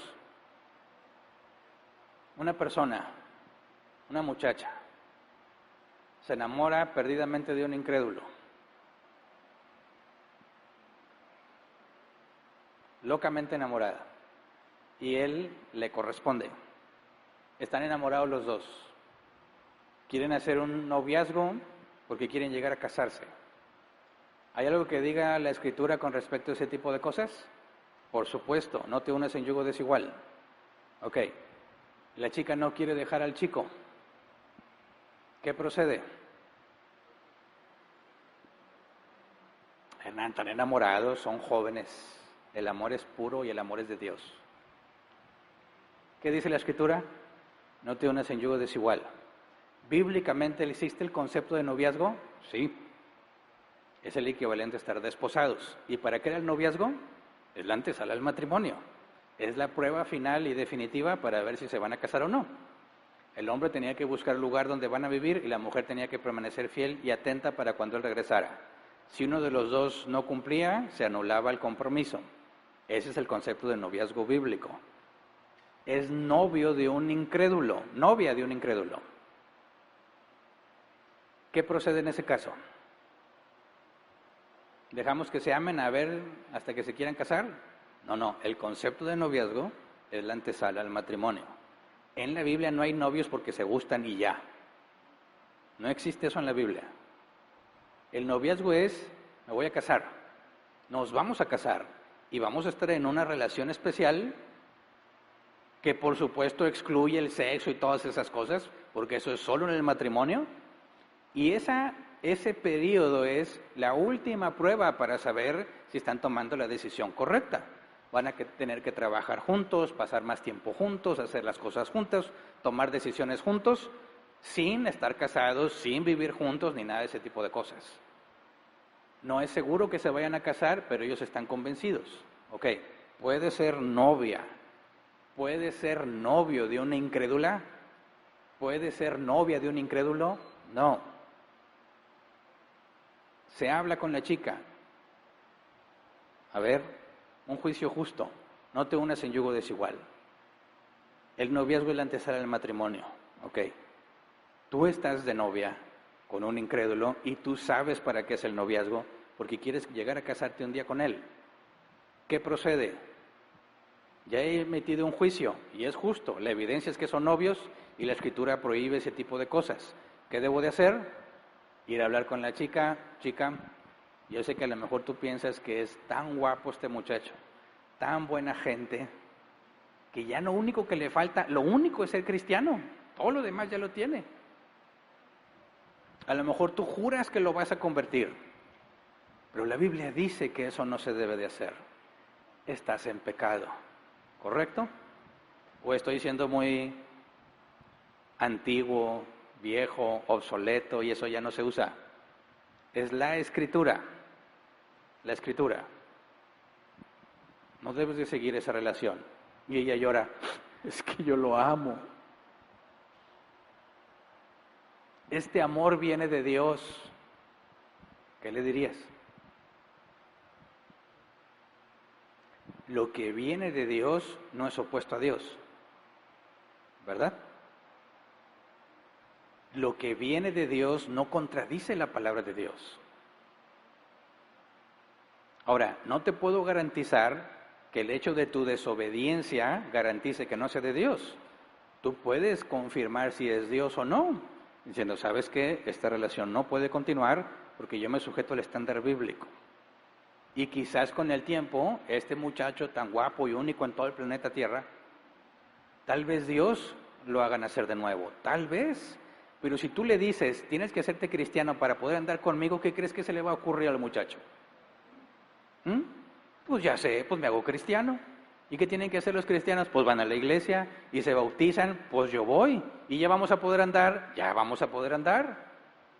Y sola te estás complicando más la vida, porque ahora tienes a un falso cristiano como novio, que es peor que un incrédulo, ¿verdad? Y este muchacho dice, no, pues no lo voy a dejar. Ok, no hay arrepentimiento. ¿Qué procede? No hay perdón. Si es cristiana, se le demanda, termina con esa relación. No la voy a terminar. ¿Qué procede bíblicamente? Tú que te metes en la vida de ella, Hernán, que andas de metiche, tú déjala ser, amor es amor, ¿no? Tal vez se convierte. ¿Qué dice la Escritura? No te unas en yugo desigual. Si se arrepiente, ¿qué debería pasar? Si dice, no, sí, sé que estoy mal. ¿Cuál sería la demostración de que entiende que está mal y que se arrepintió? Terminar esa relación. ¿Verdad? Y si no, y si le quiere seguir,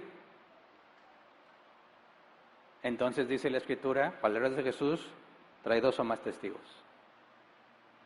Y eso es lo que estudiaremos la próxima semana. Todos, la gran mayoría de conflictos entre cristianos debería llegar hasta donde vimos hoy, al primer paso. Porque si realmente tu intención es servir a Dios y alguien me demuestra que estoy mal, interpreté mal o no sabía que la Escritura prohíbe esto u ordena algo que no estoy haciendo, en ese instante yo tendría que decir, he pecado, estoy mal, no sabía que estaba mal, o ya sabía, pero pensé que me podía salir con la mía. Arrepiento, demostrando, dejando de hacer eso, acudo a Dios, Señor, he pecado contra ti. Me duele haber hecho esto. Dame el arrepentimiento que necesito para apartarme de esto. Y Dios te va a dar el arrepentimiento, no te lo va a negar. No te va a decir, no, todavía no. Dios no le niega el arrepentimiento a nadie. Acuérdate lo que dijo Jesús, la condenación de los hombres es esta, que la luz vino al mundo, pero los hombres amaron más las tinieblas. No hay nadie que le diga, perdóname Señor, y Dios le diga que no. El problema es que no te quieres humillar reconociendo tu pecado. Todo cristiano, cuando sea confrontado con la Escritura y tiene el Espíritu Santo, hasta ahí es suficiente para decir, reconozco que estoy mal, me duele haber hecho esto, estoy arrepentido y lo voy a demostrar. Hasta ahí. Eso debería de pasar con los cristianos. Pero habemos unos más necios, más aferrados, que amamos tanto eso que estamos haciendo, que no estamos dispuestos a dejarlo. Y yo creo que todos hemos pasado por ahí, ¿verdad? Hay algo que sabes que está mal, pero lo disfrutas tanto que estás dispuesto a seguir haciéndolo. No significa que no eres cristiano todavía, porque no hemos llegado al tercer paso. Pero entonces eso tiene que escalarse. Tenemos que ahora, no nada más yo, sino mínimo 2 personas más, traerte la evidencia y buscar convencerte para que te des cuenta de que estás mal. Y eso es lo que vamos a estudiar, si Dios lo permite, la próxima semana. Pero hasta este punto, si el perdón es unilateral y nada más es un acto aquí de mi cabeza psicológico donde yo perdono y libero, el proceso de disciplina no tiene ningún sentido, ni tendría que ir a confrontarte, ni avanzaría al segundo paso, menos sería alguien excomunicado. Pero en la Biblia es clara que ha habido excomunicaciones. Primero a los Corintios, expulsen al inmoral entre ustedes. Es bíblico. ¿Es duro? Sí. Al mundo no le gusta. El mundo dice, si me amas, me aceptas como soy. Jesús dijo, si me amas, obedeces mis mandamientos. ¿Ves el choque? Por eso, nos van a acusar de gente, somos gente fría. Pues desde su perspectiva sí. Son muy duros. Desde su perspectiva sí. El punto es bíblico. Es bíblico. ¿Estás dispuesto a pagar el precio?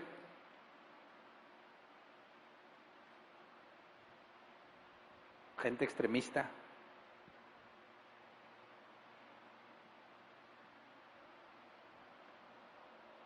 Yo creo que es fácil imaginar qué pasará cuando Jesús regrese. Dice que será lloro y crujir de dientes. Crujir de dientes es la manera en que se comunicaba que hay un odio profundo contra alguien. Si lees la Reina Valera 60, en el caso de Esteban, dice que crujieron los dientes contra él. ¿Por qué se va a enojar la gente cuando Jesús regrese? Por toda la mala doctrina que ellos tenían y cómo habían interpretado que era el amor, y en ese día se van a dar cuenta que el perdón requiere arrepentimiento. Y cuando Jesús venga, la gente se va a enojar. ¿Por qué si yo hice cosas buenas? ¿Por qué si yo quemé la hojita y perdoné a los que me hicieron algo? ¿Por qué si yo di mis diezmos y mis ofrendas? ¿Por qué si yo pacté con Dios? Va a haber crujir de dientes contra Dios. Tantas personas engañadas que se han convencido de que lo que están haciendo está bien, aunque la Biblia claramente muestra que está mal. Por eso la falsa doctrina es muy peligrosa. Te hace sentir bien al principio. No seas como esa gente de ahí, aquí es puro amor. Si se aman, está bien, hombre. Como quiera se va a hacer la voluntad de Dios. No juzgamos a nadie. Esa sensación de paz y de bienestar va a desaparecer, porque no es genuino. no es una paz bíblica. Así que tenemos que tomar una decisión. Por eso, cuando hablamos de la membresía de la iglesia, la gente tiene que estar loca para ser miembro de Árbol Plantado. Tienen que estar locos para decir, yo quiero participar en una disciplina y que si estoy mal me digan. ¿Quién? ¿Quién en el mundo pide eso? No jugamos a ser cristianos. No interpretamos según las cosas de la psicología. ¿Qué dice la Escritura? Y eso es lo que vamos a tratar de hacer. ¿Nos equivocamos en el camino? Sí, lamentablemente no somos perfectos. Pero perseveramos. Y si nos equivocamos, hacemos correcciones, pero seguimos. Y que el mundo piense lo que quiere. No nos importa que nos acusen de lo que nos acusan. Si a Jesús lo acusaban de ser tomador, glotón, Jesús, ¿qué nos espera a nosotros? Si Jesús todo hizo perfecto y lo juzgaron mal, nosotros con errores, claro que nos van a juzgar, todavía peor. No importa, el juicio que nos importa es el de Cristo. Un día escucharemos las palabras, bien, buen siervo fiel. En lo poco fuiste fiel. Estamos en lo poco. En lo poco fuiste fiel. No, es que me iban a funar, Señor. Y eso se siente bien feo. No, en lo poco fuiste fiel. En lo mucho te pondré. Entra en el gozo de tu Señor. Esa es la esperanza. Pablo dijo, me importa poco el juicio del mundo, el juicio de la gente, no me importa. Lo que me importa es el juicio de Cristo. Jesús dice que estoy bien o que estoy mal. ¿Qué es lo que dice su palabra? Eso es lo que interesa. Por lo demás, nuestra responsabilidad es demostrar que lo que hacemos es bíblico. Y que piensen lo que quieran. ¿Estamos de acuerdo? Vamos a ponernos de pie y vamos a orar.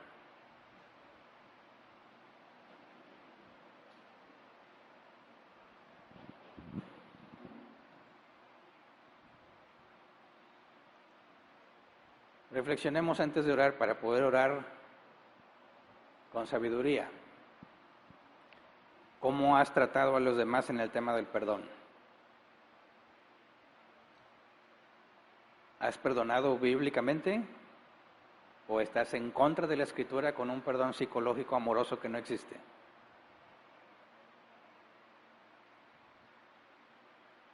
Es muy importante que desde el núcleo familiar eso quede claramente comprendido. No es un tema de la iglesia nada más, es un tema de la vida individual y personal de cada uno de nosotros que tiene que ver cómo nos relacionamos con la familia y con la iglesia. Todos tenemos que tener muy claro, Dios demanda arrepentimiento para el perdón de los pecados. Y si Dios nos perdonó nuestros pecados, nos dio arrepentimiento. Y tenemos que probarlo. Y tenemos que demostrarlo. Cada vez que Dios nos perdona y nos cambia, tenemos que mostrar evidencia de ese cambio. Si tú para evitar problemas dices, pues ya lo perdono y ya, estás en pecado. Estás aborreciendo a tu hermano en lugar de amarlo, porque le niegas la verdad, le niegas la instrucción, la corrección que según la Biblia corresponde a los hijos de Dios. Porque el padre al que ama, disciplina y azota al que recibe por hijo. ¿Y sabes a quién le ha delegado la responsabilidad de disciplinar y corregir? A la iglesia, con el proceso que estamos estudiando. Así que no estamos hablando de un proceso sobrenatural en el que Dios te va a disciplinar de repente. No, hablamos de la congregación, la iglesia de Jesucristo que tiene la responsabilidad de implementar la disciplina. Los azotes que se reciben como hijo se refiere al proceso de disciplina, que duele cuando somos corregidos, claro que duele. Duele cuando somos confrontados, claro. Duele corregir y confrontar, por supuesto. Pero tenemos esa responsabilidad. Los que son hijos son disciplinados. Por eso no podemos decirle a nadie, mira lo que tú quieras. Porque eso es lo peor que le puede pasar a una persona. Romanos capítulo 1. Por cuanto no quisieron tomar en cuenta a Dios, Dios les entregó una mente reprobada para que hagan lo que no conviene. Lo peor que te puede pasar es que Dios te diga lo que tú quieras. Por eso este proceso. Por eso es importante que toda congregación que se dice bíblica tiene que tener implementada la disciplina eclesial. Es la manera en la que Dios manifiesta quiénes son hijos y quiénes no. Y no se lo podemos negar a nadie. ¿Es difícil, es contracultura? Sí, pero tenemos que hacerlo. Por tu propio bien, por mi propio bien. Yo no quiero una comunidad de hernanitas que hacen lo que yo les digo. Y me ven que están pecando y dicen, pues es el ungido del Señor, Él sabrá lo que hace. No me aborrezcan de esa manera, porque yo no los voy a aborrecer a ustedes. Y se los he dicho, se enojan mucho cuando los confronto. Algunos se enojan tanto que se van de la congregación. Ahora yo me tengo que aguantar porque yo soy el pastor. Lo tengo que hacer. Pero la noticia es que tú también, si eres hijo de Dios, porque no es exclusivo de los pastores. Y sí, hay que aguantar caras y gestos y que te digan metiche, que te acusen de ser una persona sin amor, porque los que se van no se quedan callados, dicen todo lo que se les ocurre, todo lo que Dios les deje decir. Quedas manchado ante sociedad, ante otros, quedas sucio por decirles la verdad. ¿Vas a pagar el precio? ¿Sí o no? Si vamos a orar, tenemos que ser honestos con Dios y decir, Señor, yo quiero ser disciplinado cuando lo necesito y quiero que me uses para disciplinar a tus hijos cuando se necesite. No puedo pensar nada más en que, yo no quiero problemas, Señora, manda a otro.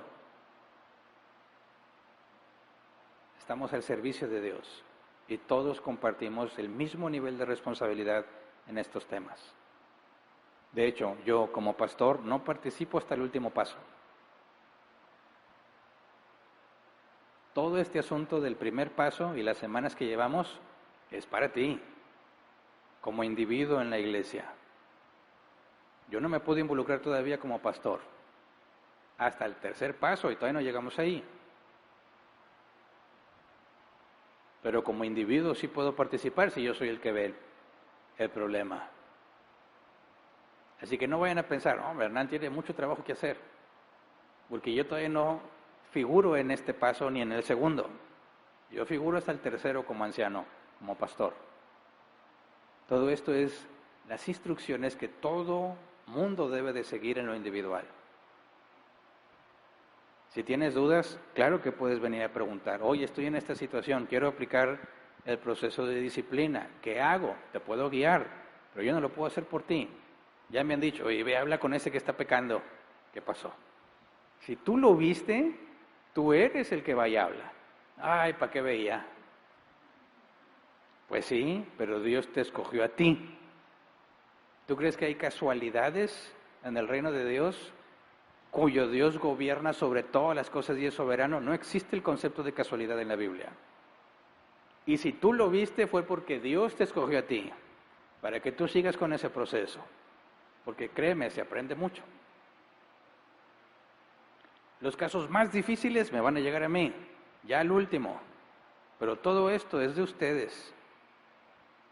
Así que entendamos y pidamos a Dios con sabiduría. Todo lo que hemos estudiado que se debe de hacer son las cosas que tú debes hacer cuando esto se presente y son las cosas que te van a hacer si tú eres el que está pecando en rebeldía. Así que entiéndelo bien, mi hermano. Asimílalo y no te quedes con dudas, porque Dios te lo va a demandar. Ya lo he dicho antes, yo estoy cumpliendo mi responsabilidad al enseñarte. Señor, hay conflictos en la iglesia. Yo ya les enseñé. Yo ya les expliqué con mucho detalle lo que deben de hacer. Y si no lo quieres hacer, ya no es mi responsabilidad. Tu sangre sea sobre tu cabeza. Que Dios trate contigo, porque ya te di la información. Acuérdate el concepto de disciplina, la formal es la capacitación que recibes para hacer lo correcto y es lo que estoy cumpliendo. La correctiva es la que estamos estudiando y lo que debes hacer. Así que quiero dejar esto muy en claro porque luego piensa en disciplina, háblale al pastor. No, ya he tenido que regresar a varios. No, yo soy el tercer paso. Tú empiézale con el primero. Y ojo, otro dato muy importante. No necesitas una revelación de Dios para esto. He escuchado a personas que dicen, oye, es que vi a mi hermano pecando y estoy orando que Dios me diga qué hacer. Mira, te voy a ahorrar la oración. Mateo 18, 15 al 17. Listo. Eso es lo que tienes que hacer. No tienes que ponerte a orar para saber qué hacer. Dios no te va a revelar qué se tiene que hacer. Ya fue revelado. Ya está explicado. ¿Se entiende? Si alguien de aquí dice, yo soy cristiano, pero yo quiero seguir haciendo lo que yo quiero estar haciendo, ojo, la evidencia que hay en ti o es rebeldía o es que no eres cristiano. Este proceso filtra a los que no son cristianos. Si alguien se rehúsa a recibir la disciplina que corresponde, va a avanzar hasta el tercer paso y va a quedar excomunicado, porque un hijo de Dios no rechaza su corrección. Entonces, velo de esta manera. Tenemos una herramienta muy útil para distinguir entre el trigo y la cizaña. Nadie que se diga cristiano puede rechazar la disciplina. Y si alguien se va de la congregación con tal de evitarla, queda en evidencia. ¿Me explico? Es sencillo, pero parece, en mis años de experiencia, parece que muchos no lo han visto. Cuando requiere ser disciplinado y mejor te vas para evitarlo, no nos dejas a nosotros con un problema, nos la ahorraste con tu retirada, pero tú tienes una evidencia muy clara que te hace pensar que eres cristiano. No te queda más que la de Jonás. Jonás hizo eso, huyó. ¿Y cómo le fue?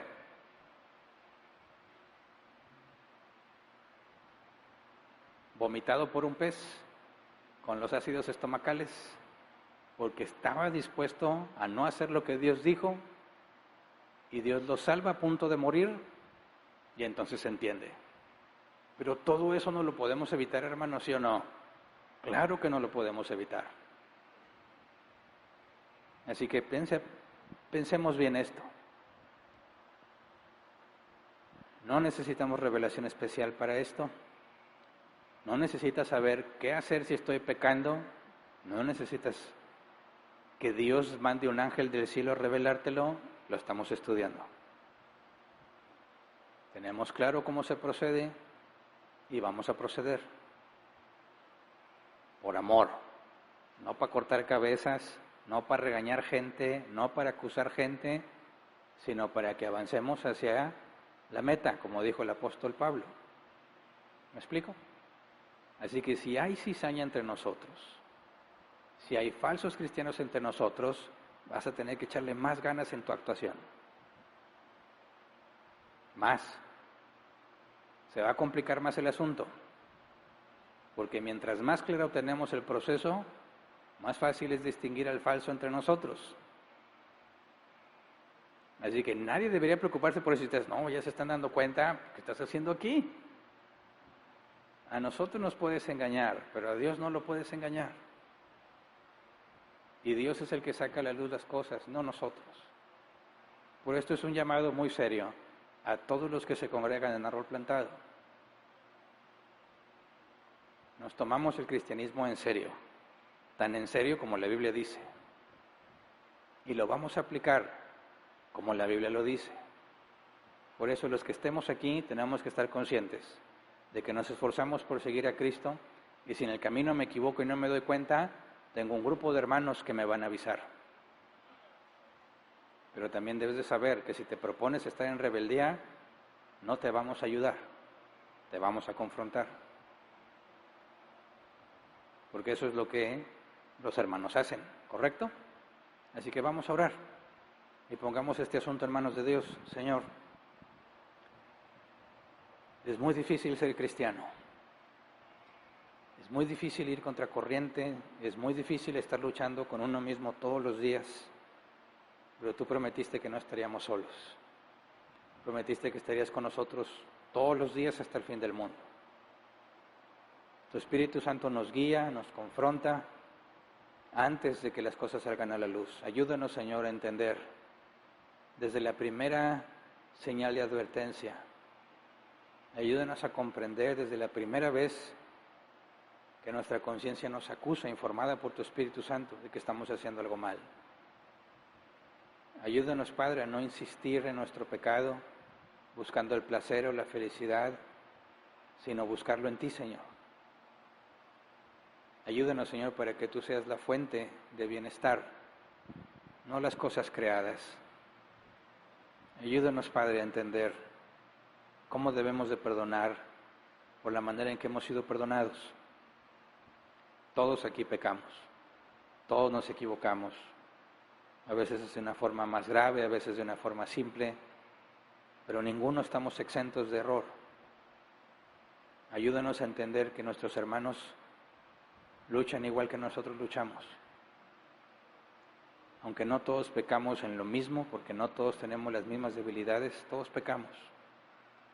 Por eso ayúdanos, Señor, a ser compasivos unos con otros, sabiendo que estamos sujetos a las mismas tentaciones y a los mismos pecados, a los mismos problemas, a los mismos tropiezos. Ayúdanos, como dice tu palabra, a ser tolerantes unos con otros y saber cuándo proceder y cuándo no, según la dificultad, la claridad o la evidencia que tengamos con respecto a tu Escritura y a la vida de esa persona. Ayúdanos, Señor, a evitarnos el proceso de disciplina cuando nosotros pecamos y a tener el valor de seguir el proceso cuando tú me muestras el pecado de alguien más. Señor, sabemos que no nos muestras como cultura general, como información solamente, sino para que hagamos algo al respecto y tenemos clara nuestra responsabilidad. Ayúdanos a proceder como corresponde, Señor, buscando el bienestar de mi hermano. Y si soy yo, Señor, el que está haciendo las cosas mal, y mis hermanos, tú los has hecho testigos y les has mostrado, Señor, que estoy en rebeldía, dales el valor de confrontarme. Enséñame a agradecer la confrontación cuando es hecha de manera correcta. Que podamos ver en nuestros hermanos la intención genuina de buscar mi bien. Ayúdame, Señor, a dejar muy en claro si voy a confrontar a alguien, que mi verdadero interés es el bienestar de él, que no me da gusto que él esté pecando, que no me da gusto que yo tengo que ir a confrontarlo, Señor, que a pesar de que es un tema difícil y buscamos sacarle la vuelta, que él pueda ver que estoy dispuesto a obedecerte, Señor, yendo a confrontarlo de la mejor manera posible, sin tolerar el pecado, sin pasar por alto la justicia que corresponde, Señor, pero si tú has mostrado que lo has perdonado, enséñanos a perdonar.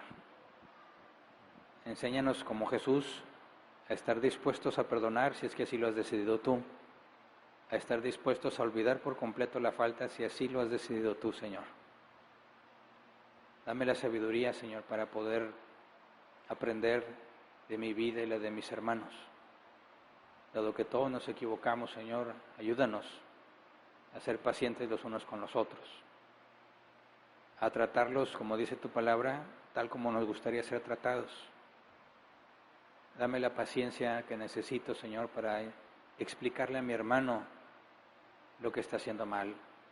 Y dales paciencia cuando me tengan que explicar a mí lo que estoy haciendo mal. En todo, Señor, queremos que tú seas glorificado. Buscamos el bienestar de la iglesia. Buscamos el bienestar de la persona, según tus parámetros bíblicos, Señor. Por eso ayúdanos a permanecer firmes cuando hay que estar contracorriente.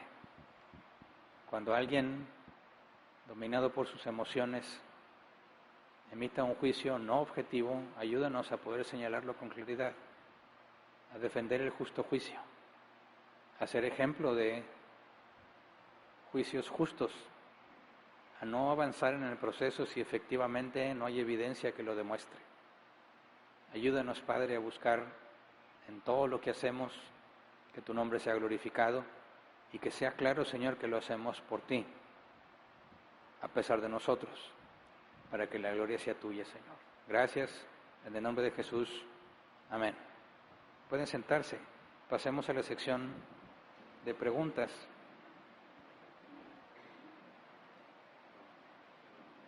...15 minutos como máximo para tratar de responderlas. Dice, buenos días, pastor. En el caso de los matrimonios que no eran cristianos cuando se casaron y con el tiempo uno de los dos se adoctrina y se hace cristiano, basado en la palabra de hoy, donde se menciona que no se debe convencer porque tendrías a una pareja como falso cristiano, ¿cómo se debe actuar? Porque hay versículos claros sobre estos temas. Dice que si el Señor te salvó estando casado, no procures separarte. Y si te salvó estando soltero, no procures ligarte, no procures casarte. Cada uno quédese como fue llamado. 1. 2. Se habla específicamente a mujeres que viven con hombres incrédulos. Que hay 2 razones. Una que es la que se comenta aquí. Cuando se casaron, ninguno de los dos era cristiano. La otra posibilidad es que uno era cristiano y en rebeldía se casó. ¿Verdad? Ok, ahora, ¿qué pasa si un cristiano vive con un incrédulo? Hay una regla simple. Si el incrédulo quiere separarse, sepárense, porque a paz nos ha llamado el Señor. Y ya. No hay ninguna otra razón para la separación. ¿Me explico? Pero, si hay adulterio de por medio, es el incrédulo el que adultera, entonces está permitido el divorcio. Son las únicas dos cláusulas en la Biblia para un divorcio, para una separación. Una enseñada por Jesús en caso de inmoralidad sexual y la otra enseñada por Pablo en el nombre de Jesús. Si el incrédulo quiere separarse, sepárese. Todo lo demás no lo veas como una mala noticia. Ay, pues este incrédulo no se quiere separar. ¿Ahora qué hago? Bueno, eso significa que hay esperanza. ¿Me explico? Hay esperanza. Ahora, me tocó el caso de una señora que dijo, mi esposo me golpea y no se quiere separar, no es cristiano, ¿qué hago? Por eso hay que aclarar ahí, que el incrédulo quiera separarse no se refiere a un acto verbal del incrédulo, que diga, ya me quiero separar, no. El abandono del pacto es como muchos lo definen, abandono del pacto. El matrimonio está diseñado para que el hombre haga con su esposa como Cristo con la iglesia. ¿Verdad?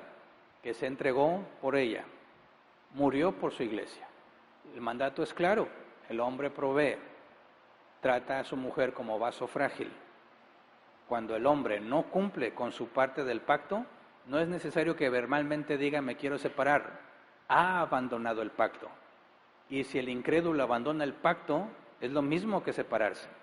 Si el incrédulo quiere separarse, sepárense, es lo que dice la Biblia. Eso es lo que resuelve el conflicto de mujeres golpeadas y abusadas, pero que el hombre dice que no se quiere divorciar. No, no se refiere a un acto verbal de decir que ya me quiero divorciar. Se refiere al abandono del pacto. Si el incrédulo no respeta el pacto establecido en el vínculo matrimonial, la mujer no está sometida a ese tipo de sufrimiento. No está sometida a la violencia física ni de ningún tipo, porque eso sería en contra del pacto matrimonial.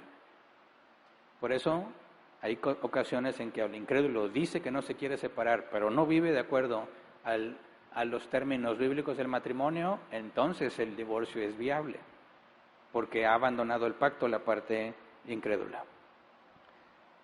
Siguiente, dice, buenas tardes, pastor, si Dios ofrece perdón por gracia, ¿por qué exige arrepentimiento? ¿No sería eso una condición que limita la gracia? No, porque si Dios perdona sin arrepentimiento, ya no sería justo. ¿Me explico?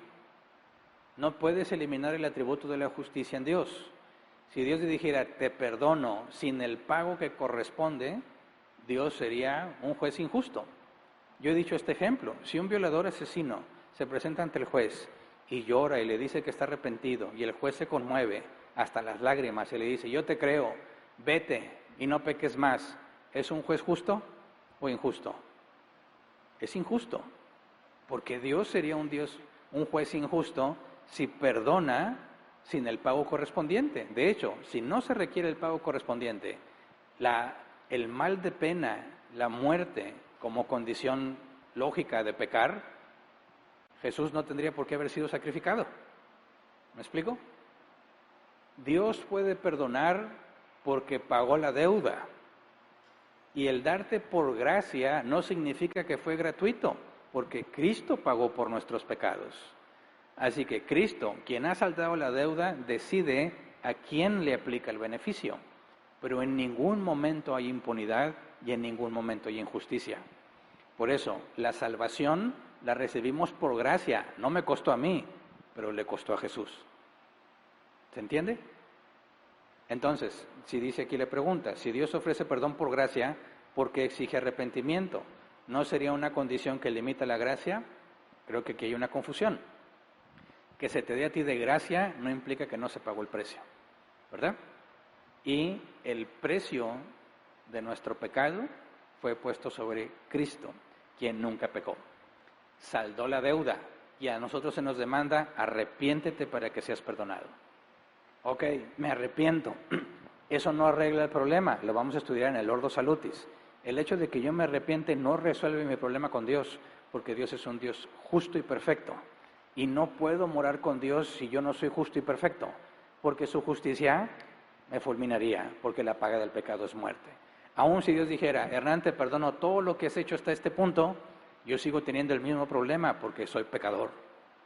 Así que sucedió mucho más que solamente perdonarte, porque Jesús hizo dos cosas. Pagó mi deuda sufriendo en Él mismo lo que yo debía de sufrir y vivió una vida perfecta que ha sido impuesta a mí. Es decir, mi deuda fue puesta en Cristo y su justicia fue puesta en mí. Yo soy declarado justo, como si nunca hubiera pecado y aún sigo teniendo un problema, este cuerpo de muerte. Por eso en la resurrección recibiremos un cuerpo glorificado y entonces podré morar con Dios. Por eso, hablar de la salvación, hablamos de algo complejo y profundo. No es que Dios dijera, los perdono y ya. No, se tuvieron que suplir muchos puntos que Dios demanda en su justicia para que podamos decir, fui perdonado sin que Dios fuese injusto y ahora puedo estar con Cristo a pesar de que yo no puedo por mi naturaleza pecaminosa, sino por la justicia puesta en mí y el cuerpo que recibiré. Lo estudiaremos más adelante. Pero no, el perdón claramente requiere arrepentimiento y no tiene conflicto con la gracia. Siguiente, dice, buenas tardes, dentro del proceso de disciplina, ¿siempre hay que otorgar la oportunidad de mostrar arrepentimiento? ¿Estaría mal entonces que el cristiano que reprende no permite a su hermano mostrar arrepentimiento en caso de que la ofensa haya sido grave? Mira, para mostrar el arrepentimiento sí hay situaciones en las que se requiere tiempo, sobre todo en los adulterios, ¿verdad? Un hombre o una mujer fueron adúlteros. Ok, dice que se arrepiente. ¿Cómo sé que se arrepintió?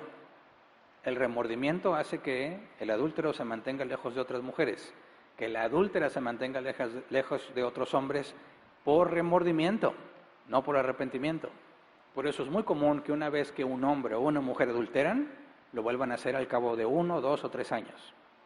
Y hasta ese punto tienes la evidencia de que no había arrepentimiento. Entonces, ¿qué pasa con ese matrimonio durante esos 2 o 3 años? Pueden esforzarse en reconstruir la confianza, pero eso no significa que ya tenemos evidencia de arrepentimiento. ¿Me explico? Por eso una reconciliación después de un adulterio es un proceso lento, es un proceso difícil, donde de a poco se tiene que recuperar la confianza. La confianza no se da después de una falta de ese tipo, se tiene que ganar. Y la parte inocente, la parte afectada, tiene que ser muy cautelosa en no volver a entregarse como si nada hubiera pasado, porque se expone al abuso. ¿Me explico? Tiene que haber prácticas que indiquen que se está avanzando. Tiene que congregarse, tiene que verse un claro crecimiento en lo espiritual, tiene que verse una clara profundidad mayor a la que tenía bíblicamente, herramientas que te pueden ir diciendo, oye, se ve que está avanzando, pero no significa que se arrepintió. ¿Me explico? A veces queremos dejar el problema atrás. Ya, sí, yo le creo, ya me trajo rosas, un mariachi, serenata, seguramente ahora sí. Y otra vez entregan toda la confianza y les vuelven a hacer lo mismo. No, tenemos que ser buenos mayordomos de lo que Dios nos ha dado. Y eso incluye nosotros mismos. Sobre toda cosa guardada, dice la Escritura, guarda tu corazón, porque de él mana la vida. Entonces, según la falta, es la evidencia que buscamos, ¿verdad? Oye, es que no te pagué 500 pesos y ya me arrepentí. Ok, ¿y la evidencia de arrepentimiento? ¿Dónde está la evidencia? Ahí están los 500. Asunto arreglado. Es decir, tengo duda de tu arrepentimiento. Ya me pagaste. Ya. No tengo que esperar. No, es que 3 meses a ver si ya. No, ya. Ahí están los 500. Asunto arreglado. Esa era la falta, ¿no? Se enmendó. Ahí está el arrepentimiento. Asunto arreglado. Préstame otra vez. Esa es otra cosa. No, ese me hace que ya no. Te presto 50 pesos a ver cómo me va. Y si me regresan los 50, podría pensar un poco más después. Vas a tener que ganarte la confianza. ¿Se entiende? Entonces,